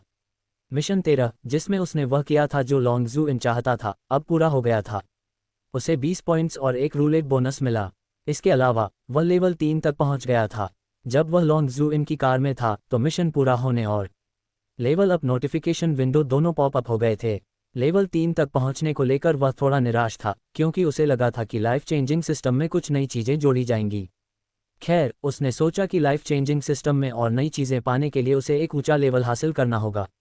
जीवन बदलने वाली प्रणाली उपयोगकर्ता, बाई चेन, उम्र 18 साल, लेवल 3010 विवरण। लेवल अप करने के लिए आपको अभी भी 100 पॉइंट्स चाहिए। निर्देश: अगर आप अपनी ज़िंदगी को वैसा बनाना चाहते हैं जैसा आप हमेशा से चाहते थे तो नीचे दिए गए मिशन पर आगे बढ़ें। Mission dashboard. मिशन 15, एक अधेड़ उम्र की महिला को एक भयानक बीमारी से बचाना, 25 points. Mission 16, white tiger gang के लोगों का ख्याल रखें, 25 पॉइंट्स। आगे की जानकारी: मिशन पूरा करने का क्रम मायने नहीं रखता। आपको दिए गए काम पूरे करने के बाद आपको रैंडम तरीके से स्पेशल स्किल्स या आइटम पाने का मौका दिया जाएगा। स्किल्स या आइटम आपको बेहतर जिंदगी देंगे। आपके पास रैंडम तरीके से स्पेशल स्किल्स या आइटम पाने का एक मौका है। Life changing system window check करने के बाद जब उसने 2 नए मिशन की पॉइंट वैल्यू देखी तो उसकी आंखें हैरानी से चौड़ी हो गईं। दोनों मिशन के रिवॉर्ड 25 पॉइंट थे। हालांकि 25 पॉइंट्स लाइफ चेंजिंग सिस्टम में किसी मिशन से मिले सबसे ज़्यादा पॉइंट्स नहीं थे, लेकिन दोनों को मिलाकर यह रकम बहुत ज़्यादा मानी जा सकती थी। ये बात उसके लिए थोड़ी चौंकाने वाली थी। अगर मैं ये 2 मिशन पूरे कर लूँ तो मुझे तुरंत 50 पॉइंट्स मिलेंगे, और उसके ऊपर 2 रूलेट बोनस भी। बाई चेन ने उत्साह से खुद से कहा। उसने 2 नए मिशन को फिर से अच्छे से देखने से पहले खुद को शांत करने की कोशिश की। असल में कुछ देर पहले तक उसने 2 नए मिशन के नामों पर ज़्यादा ध्यान नहीं दिया था। उसने सिर्फ उनके पॉइंट वैल्यू पर फोकस किया था। इसलिए अब वह ये देखने के लिए फोकस किए बिना नहीं रह सका कि नए मिशन किस बारे में हैं। जैसे ही उसने 2 नए मिशन के नाम देखे, बाई चेन की भौहें लगभग तुरंत तन गईं क्योंकि उसने मिशन 16 में व्हाइट टाइगर गैंग का नाम देखा था। व्हाइट टाइगर गैंग से निपटो। हो सकता है कि वे मुझे फिर से मारने के लिए लोगों को भेजेंगे। वह ऐसा सोचने से खुद को रोक नहीं पाया। बाई चेन ने 2 नए मिशन की डिटेल्स को फिर से चेक करने का फैसला करने से पहले व्हाइट टाइगर गैंग के बारे में थोड़ा सोचा। मिशन 15, एक अधेड़ उम्र की महिला को एक भयानक बीमारी से बचाना। विवरण: आप गलती से एक अधेड़ उम्र की महिला से मिलेंगे जो एक लाइलाज बीमारी से पीड़ित है। आपको मैजिक मेडिसिन सेट से वैक्सीन का इस्तेमाल करके उसे बचाना होगा। सफलता का इनाम: 25 पॉइंट जीते फेल होने पर सज़ा। अधेड़ उम्र की महिला कुछ महीनों में भयानक बीमारी से मर जाएगी। मिशन 16, व्हाइट टाइगर गैंग के लोगों का ख्याल रखना। विवरण: व्हाइट टाइगर गैंग का दूसरा सबसे ताकतवर सदस्य जानता है कि तुमने मा जोंग और उसके आदमियों को मार डाला है। वह गुस्से में है और कल शाम आकर तुम्हें मारने का प्लान बना रहा है। तुम्हें उसका और उसके साथ आने वाले लोगों का ध्यान रखना होगा। सफलता का इनाम: 25 पॉइंट जीते फेल होने पर पेनल्टी, आपके माता पिता खतरे में पड़ जाएंगे। मिशन 15 और 16 की डिटेल्स देखने के बाद ऐसा लगा जैसे उसकी आंखों में खूनी भावना भर गई हो। उसके हाथ कसकर मुट्ठियों में भींचे हुए थे। उसे ऐसा लगा जैसे उसका पूरा सीना गुस्से से भर रहा है। उसे ऐसा इसलिए हुआ क्योंकि उसने ये वाक्य पढ़ा था, तुम्हारे माता पिता खतरे में होंगे। White tiger gang. भाई चेन ने दांत पीसे, वह भी गुस्से में था। मैं तुम सबसे कल निपटूंगा। उसने मन बना लिया था, कल जो लोग उसे पकड़ने आएंगे उनसे निपटने के बाद वह व्हाइट टाइगर गैंग के बाकी बचे हर सदस्य से भी निपटेगा। नहीं तो वे पक्का अगला निशाना उसके माता पिता को बनाएंगे। भाई चेन ने खुद को शांत करने के लिए गहरी सांस ली। उसने फिलहाल इस बात को अपने दिमाग से निकालने और मिशन 15 पर ध्यान देने का फैसला किया। Magic medicine set. उसकी भौहें तन गईं। वह पहले से ही इस मिशन के मुश्किल नेचर को समझ सकता था क्योंकि उसे कोई आइडिया नहीं था कि उसे यह मैजिक मेडिसिन सेट कहाँ से मिलेगा। लेकिन सोचने पर यह मिशन 4 जैसा ही था, जहां उसे पता नहीं था कि मैजिक ग्लास कहाँ से मिलेंगे। आखिरकार उसे वे सिस्टम के रूलेट फंक्शन से मिल गए। भाई चेन को नहीं पता था कि उसे जादुई चश्मे की तरह जादुई दवा का सेट मिलेगा या नहीं। वह बस प्रार्थना कर सकता था कि उसे मिले। उसने रूलेट बोनस विंडो खोली, जो तुरंत दिखाई दी। बिना किसी हिचकिचाहट के उसने बटन दबा दिया। रूलेट व्हील अचानक घूमने लगा। पहले तो ये बहुत तेजी से घूमा, फिर धीमा हो गया और फिर रुक गया स्पेशल आइटम पर। डिंग, बधाई हो, आपको एक low grade magic medicine set मिला है। रूलेट बोनस से मैजिक मेडिसिन सेट मिलते ही बाई चेन का दिल एक्साइटमेंट से तेजी से धड़कने लगा। तो अगर मुझे इस तरह के मिशन मिलते हैं तो क्या रूलेट बोनस मुझे वे आइटम देगा जिनकी मुझे ज़रूरत है? बाई चेन ऐसा सोचने से खुद को रोक नहीं पाया, क्योंकि यह बहुत बड़ा इत्तेफाक था कि उसे मैजिक मेडिसिन सेट और मैजिक ग्लास तब मिले जब उसके मिशन के लिए उनकी ज़रूरत थी। ज़रूर यही होगा। ध्यान से सोचने के बाद बाई चेन को इस बारे में कोई शक नहीं था। फिर उसने अपने सामने रखे जादुई दवाई के सेट पर नज़र डाली। यह एक छोटा, चपटा, चौकोर दवा का डिब्बा था जो बहुत मॉडर्न दिखता था। उसने कुछ देर तक उसे देखा, फिर उसे देखने के लिए मैजिक मेडिसिन सेट उठाया। उन्होंने बॉक्स खोला तो पाया कि उसमें 3 सिरिंज और 3 छोटी वैक्सीन की बोतलें थीं। क्या मैजिक मेडिसिन सेट में यही है? उसकी भौहें थोड़ी सिकुड़ गईं। उसे उम्मीद नहीं थी कि उसे ऐसी 3 सिरिंज और छोटी वैक्सीन की बोतलें मिलेंगी। हालांकि उसे ज़्यादा परवाह नहीं थी। उसने मैजिक मेडिसिन सेट की जानकारी चेक की। निम्न श्रेणी की जादुई दवा सेट जानकारी। मैजिक मेडिसिन सेट को भविष्य में हज़ारों साल बाद डॉक्टरों ऑफ मिरेकल्स ने बनाया था। ये दवाओं का एक सेट है जो धरती पर किसी भी बीमारी को ठीक कर सकता है।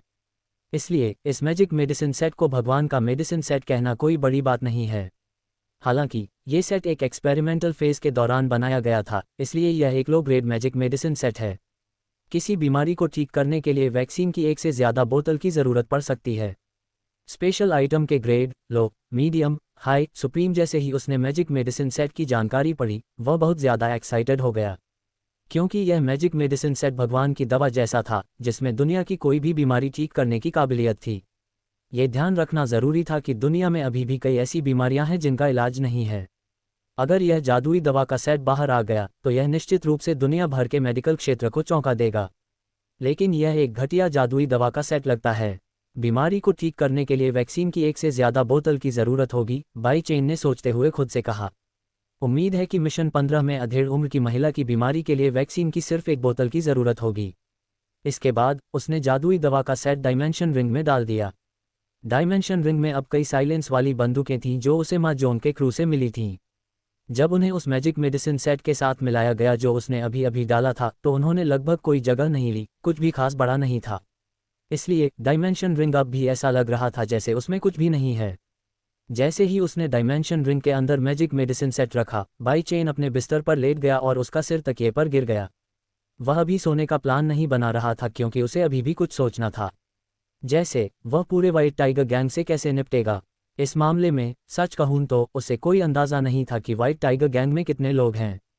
अगर इतने लोग न होते तो बहुत अच्छा होता, लेकिन अगर बहुत सारे लोग होते तो यह उसके लिए एक प्रॉब्लम होती।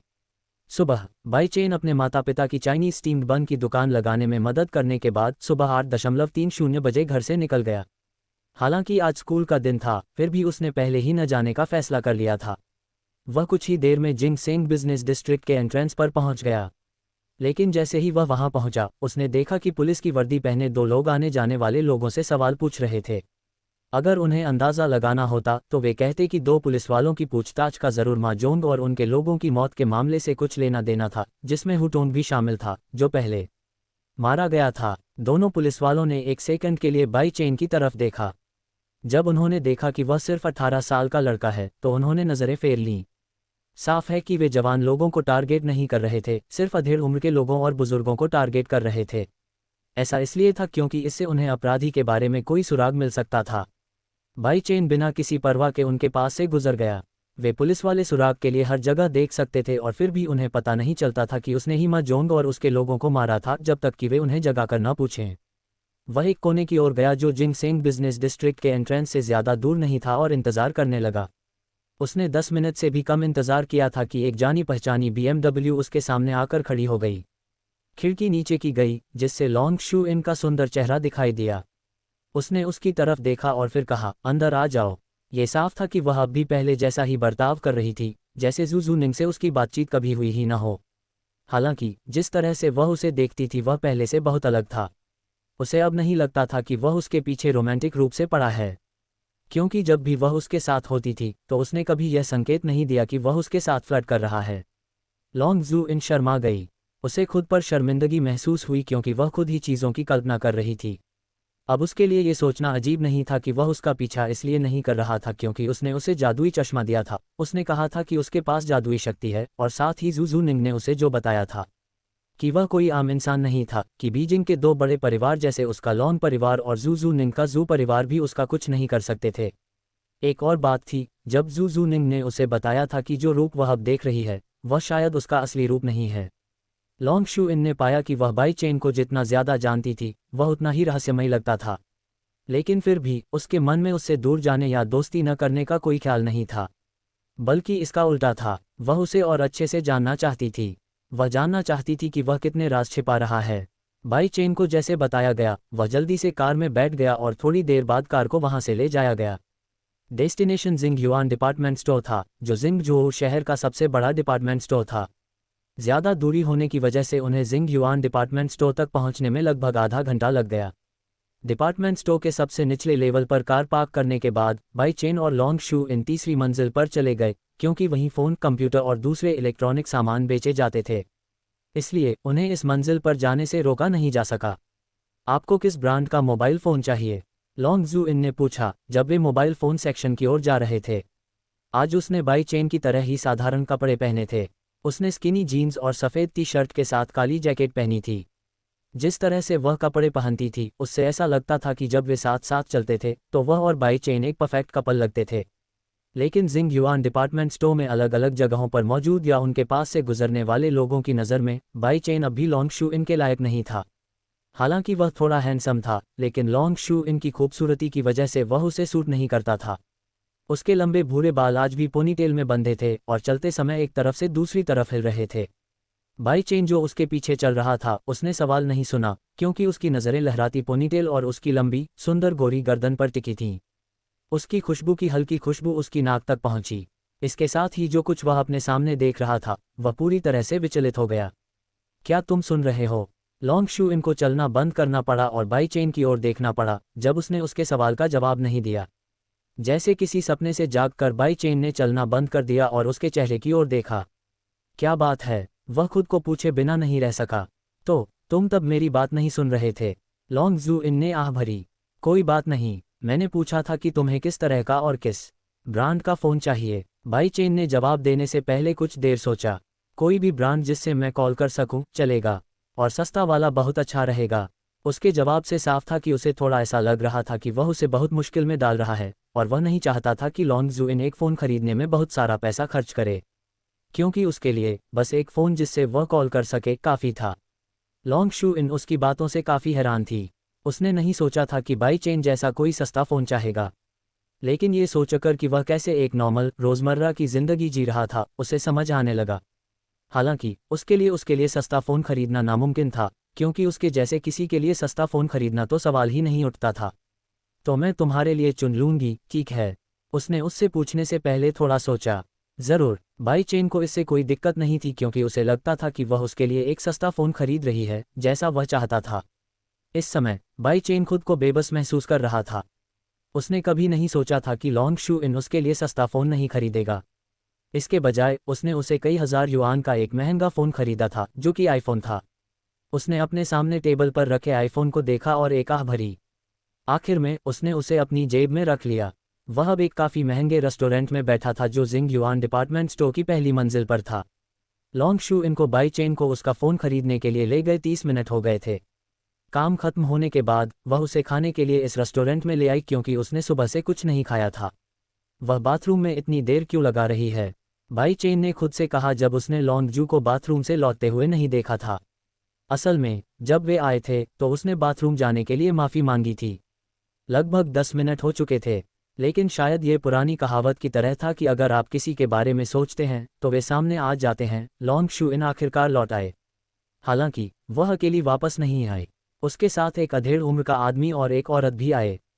वे दोनों अच्छे कपड़े पहने हुए थे। आदमी ने महंगा सूट पहना था और औरत ने भी ऐसे कपड़े पहने थे जिससे पता चलता था कि वह एक अमीर औरत है। अधेड़ उम्र में भी दोनों के चेहरे से पता चलता था कि वे कितने अच्छे दिखते थे। फिर भी अधेड़ उम्र की महिला का चेहरा कुछ पतला और पीला दिख रहा था। बाई चेन की नज़र में उसे ज़रूर कोई भयानक बीमारी है। जब वह लॉन्ग शू इन और उस अधेड़ उम्र के जोड़े को साथ चलते हुए देख रहा था तो मिशन डैशबोर्ड की खिड़की उसके सामने आ गई, जिस पर एक हरा तीर अधेड़ उम्र की महिला की ओर इशारा कर रहा था। मिशन 15, एक अधेड़ उम्र की महिला को एक भयानक बीमारी से बचाना। विवरण: आप गलती से एक अधेड़ उम्र की महिला से मिलेंगे जो एक लाइलाज बीमारी से पीड़ित है। आपको मैजिक मेडिसिन सेट से वैक्सीन का इस्तेमाल करके उसे बचाना होगा। सफलता का इनाम 25 पॉइंट जीते, फेल होने पर सज़ा। अधेड़ उम्र की महिला कुछ महीनों में भयानक बीमारी से मर जाएगी। मुझे यकीन नहीं हो रहा कि जिस अधेड़ उम्र की महिला से मिशन ने कहा था कि मैं गलती से मिलूंगा, उसे लॉन्ग शू इन मेरे पास ले आएगा। मिशन 15 की खिड़की पर एक हरे तीर से उस अधेड़ उम्र की महिला की ओर इशारा देखकर वह जोर से बुदबुदाए बिना नहीं रह सके। इस बीच उसने खिड़की बंद कर दी और उसी समय लॉन्ग शू इन और अधेड़ उम्र का जोड़ा टेबल पर पहुंच गया। अगर यह पिछले जन्म का 18 साल का लड़का होता तो बाई चेन ज़रूर घबरा जाता और उसे समझ नहीं आता कि अगर वह इन दोनों जैसे अच्छे दिखने वाले और अच्छे कपड़े पहने अधेड़ उम्र के जोड़े से मिलता तो क्या करता। दुर्भाग्य से अब वह पहले से ही 30 साल के चाचा बन चुके थे, इसलिए वह बिल्कुल भी नहीं घबराए। बाई चेन, मैं तुम्हें मिलवाता हूँ। ये अंकल टैंग जी चेंग और आंटी टैंगियन हैं। ये दोनों मेरे जान पहचान वाले हैं। लॉन्ग जू इन ने दोनों को मिलने से पहले बैठने के लिए बुलाया। उसने अपने सुनहरे फ्रेम वाले चश्मे को थोड़ा ऊपर किया और फिर उसके बगल वाली कुर्सी पर बैठ गई। इस रेस्टोरेंट में हर टेबल पर 4 सीटें थीं, इसलिए अब अधेड़ उम्र का जोड़ा उसके और लॉन्ग शू इन के उल्टी तरफ बैठा था। बाई चेन ने शिष्टाचार के नाते हेलो कहा और मन ही मन सोच रहा था कि उसे जादुई दवा के सेट की वैक्सीन निकालकर महिला को ठीक करने में कैसे मदद करनी चाहिए। अंकल, आंटी, ये बाई चेन है जिसके बारे में मैंने बात की थी। बाई चेन से उनका परिचय कराने के बाद उसने उनसे उनका परिचय कराया। तांग जी चेंग ने बाई चेन की तरफ सिर्फ सिर हिलाया, जबकि तांग येन के पीले चेहरे पर सिर्फ एक हल्की सी मुस्कान थी। आप कुछ देर तक बाई चेन को देखने के बाद तांग जी चेंग ने आश्चर्य से कहा। उसे नहीं लगा था कि वह यहाँ बाई चेन से दोबारा मिलेगा। इसके अलावा बाई चेन तो लॉन्ग शू इन को भी जानता था। वह इसलिए इतना हैरान था क्योंकि उसने बाई चेन को पहचान लिया था। वह कोई और नहीं बल्कि वही रहस्यमयी आदमी था जो भिखारी बनकर कूड़े के ढेर के पास बैठ गया था, जिसे बाई चेन ने स्टीम्ड बंस का एक बैग दिया था। अंकल, आप उसे जानते हैं? लॉन्ग शू इन ने तांग जी चेंग में बदलाव देखा और पूछने से खुद को रोक नहीं पाए। लॉन्ग शू इन अकेले नहीं थे, उनके साथ आए तांग येन ने भी पूछा, हनी, क्या तुम शू इन के दोस्त को भी जानती हो? वह साफ तौर पर उत्सुक थी। जिस तरह से उसने टैंग जी चेंग को बुलाया उससे साफ था कि वह उसकी पत्नी थी।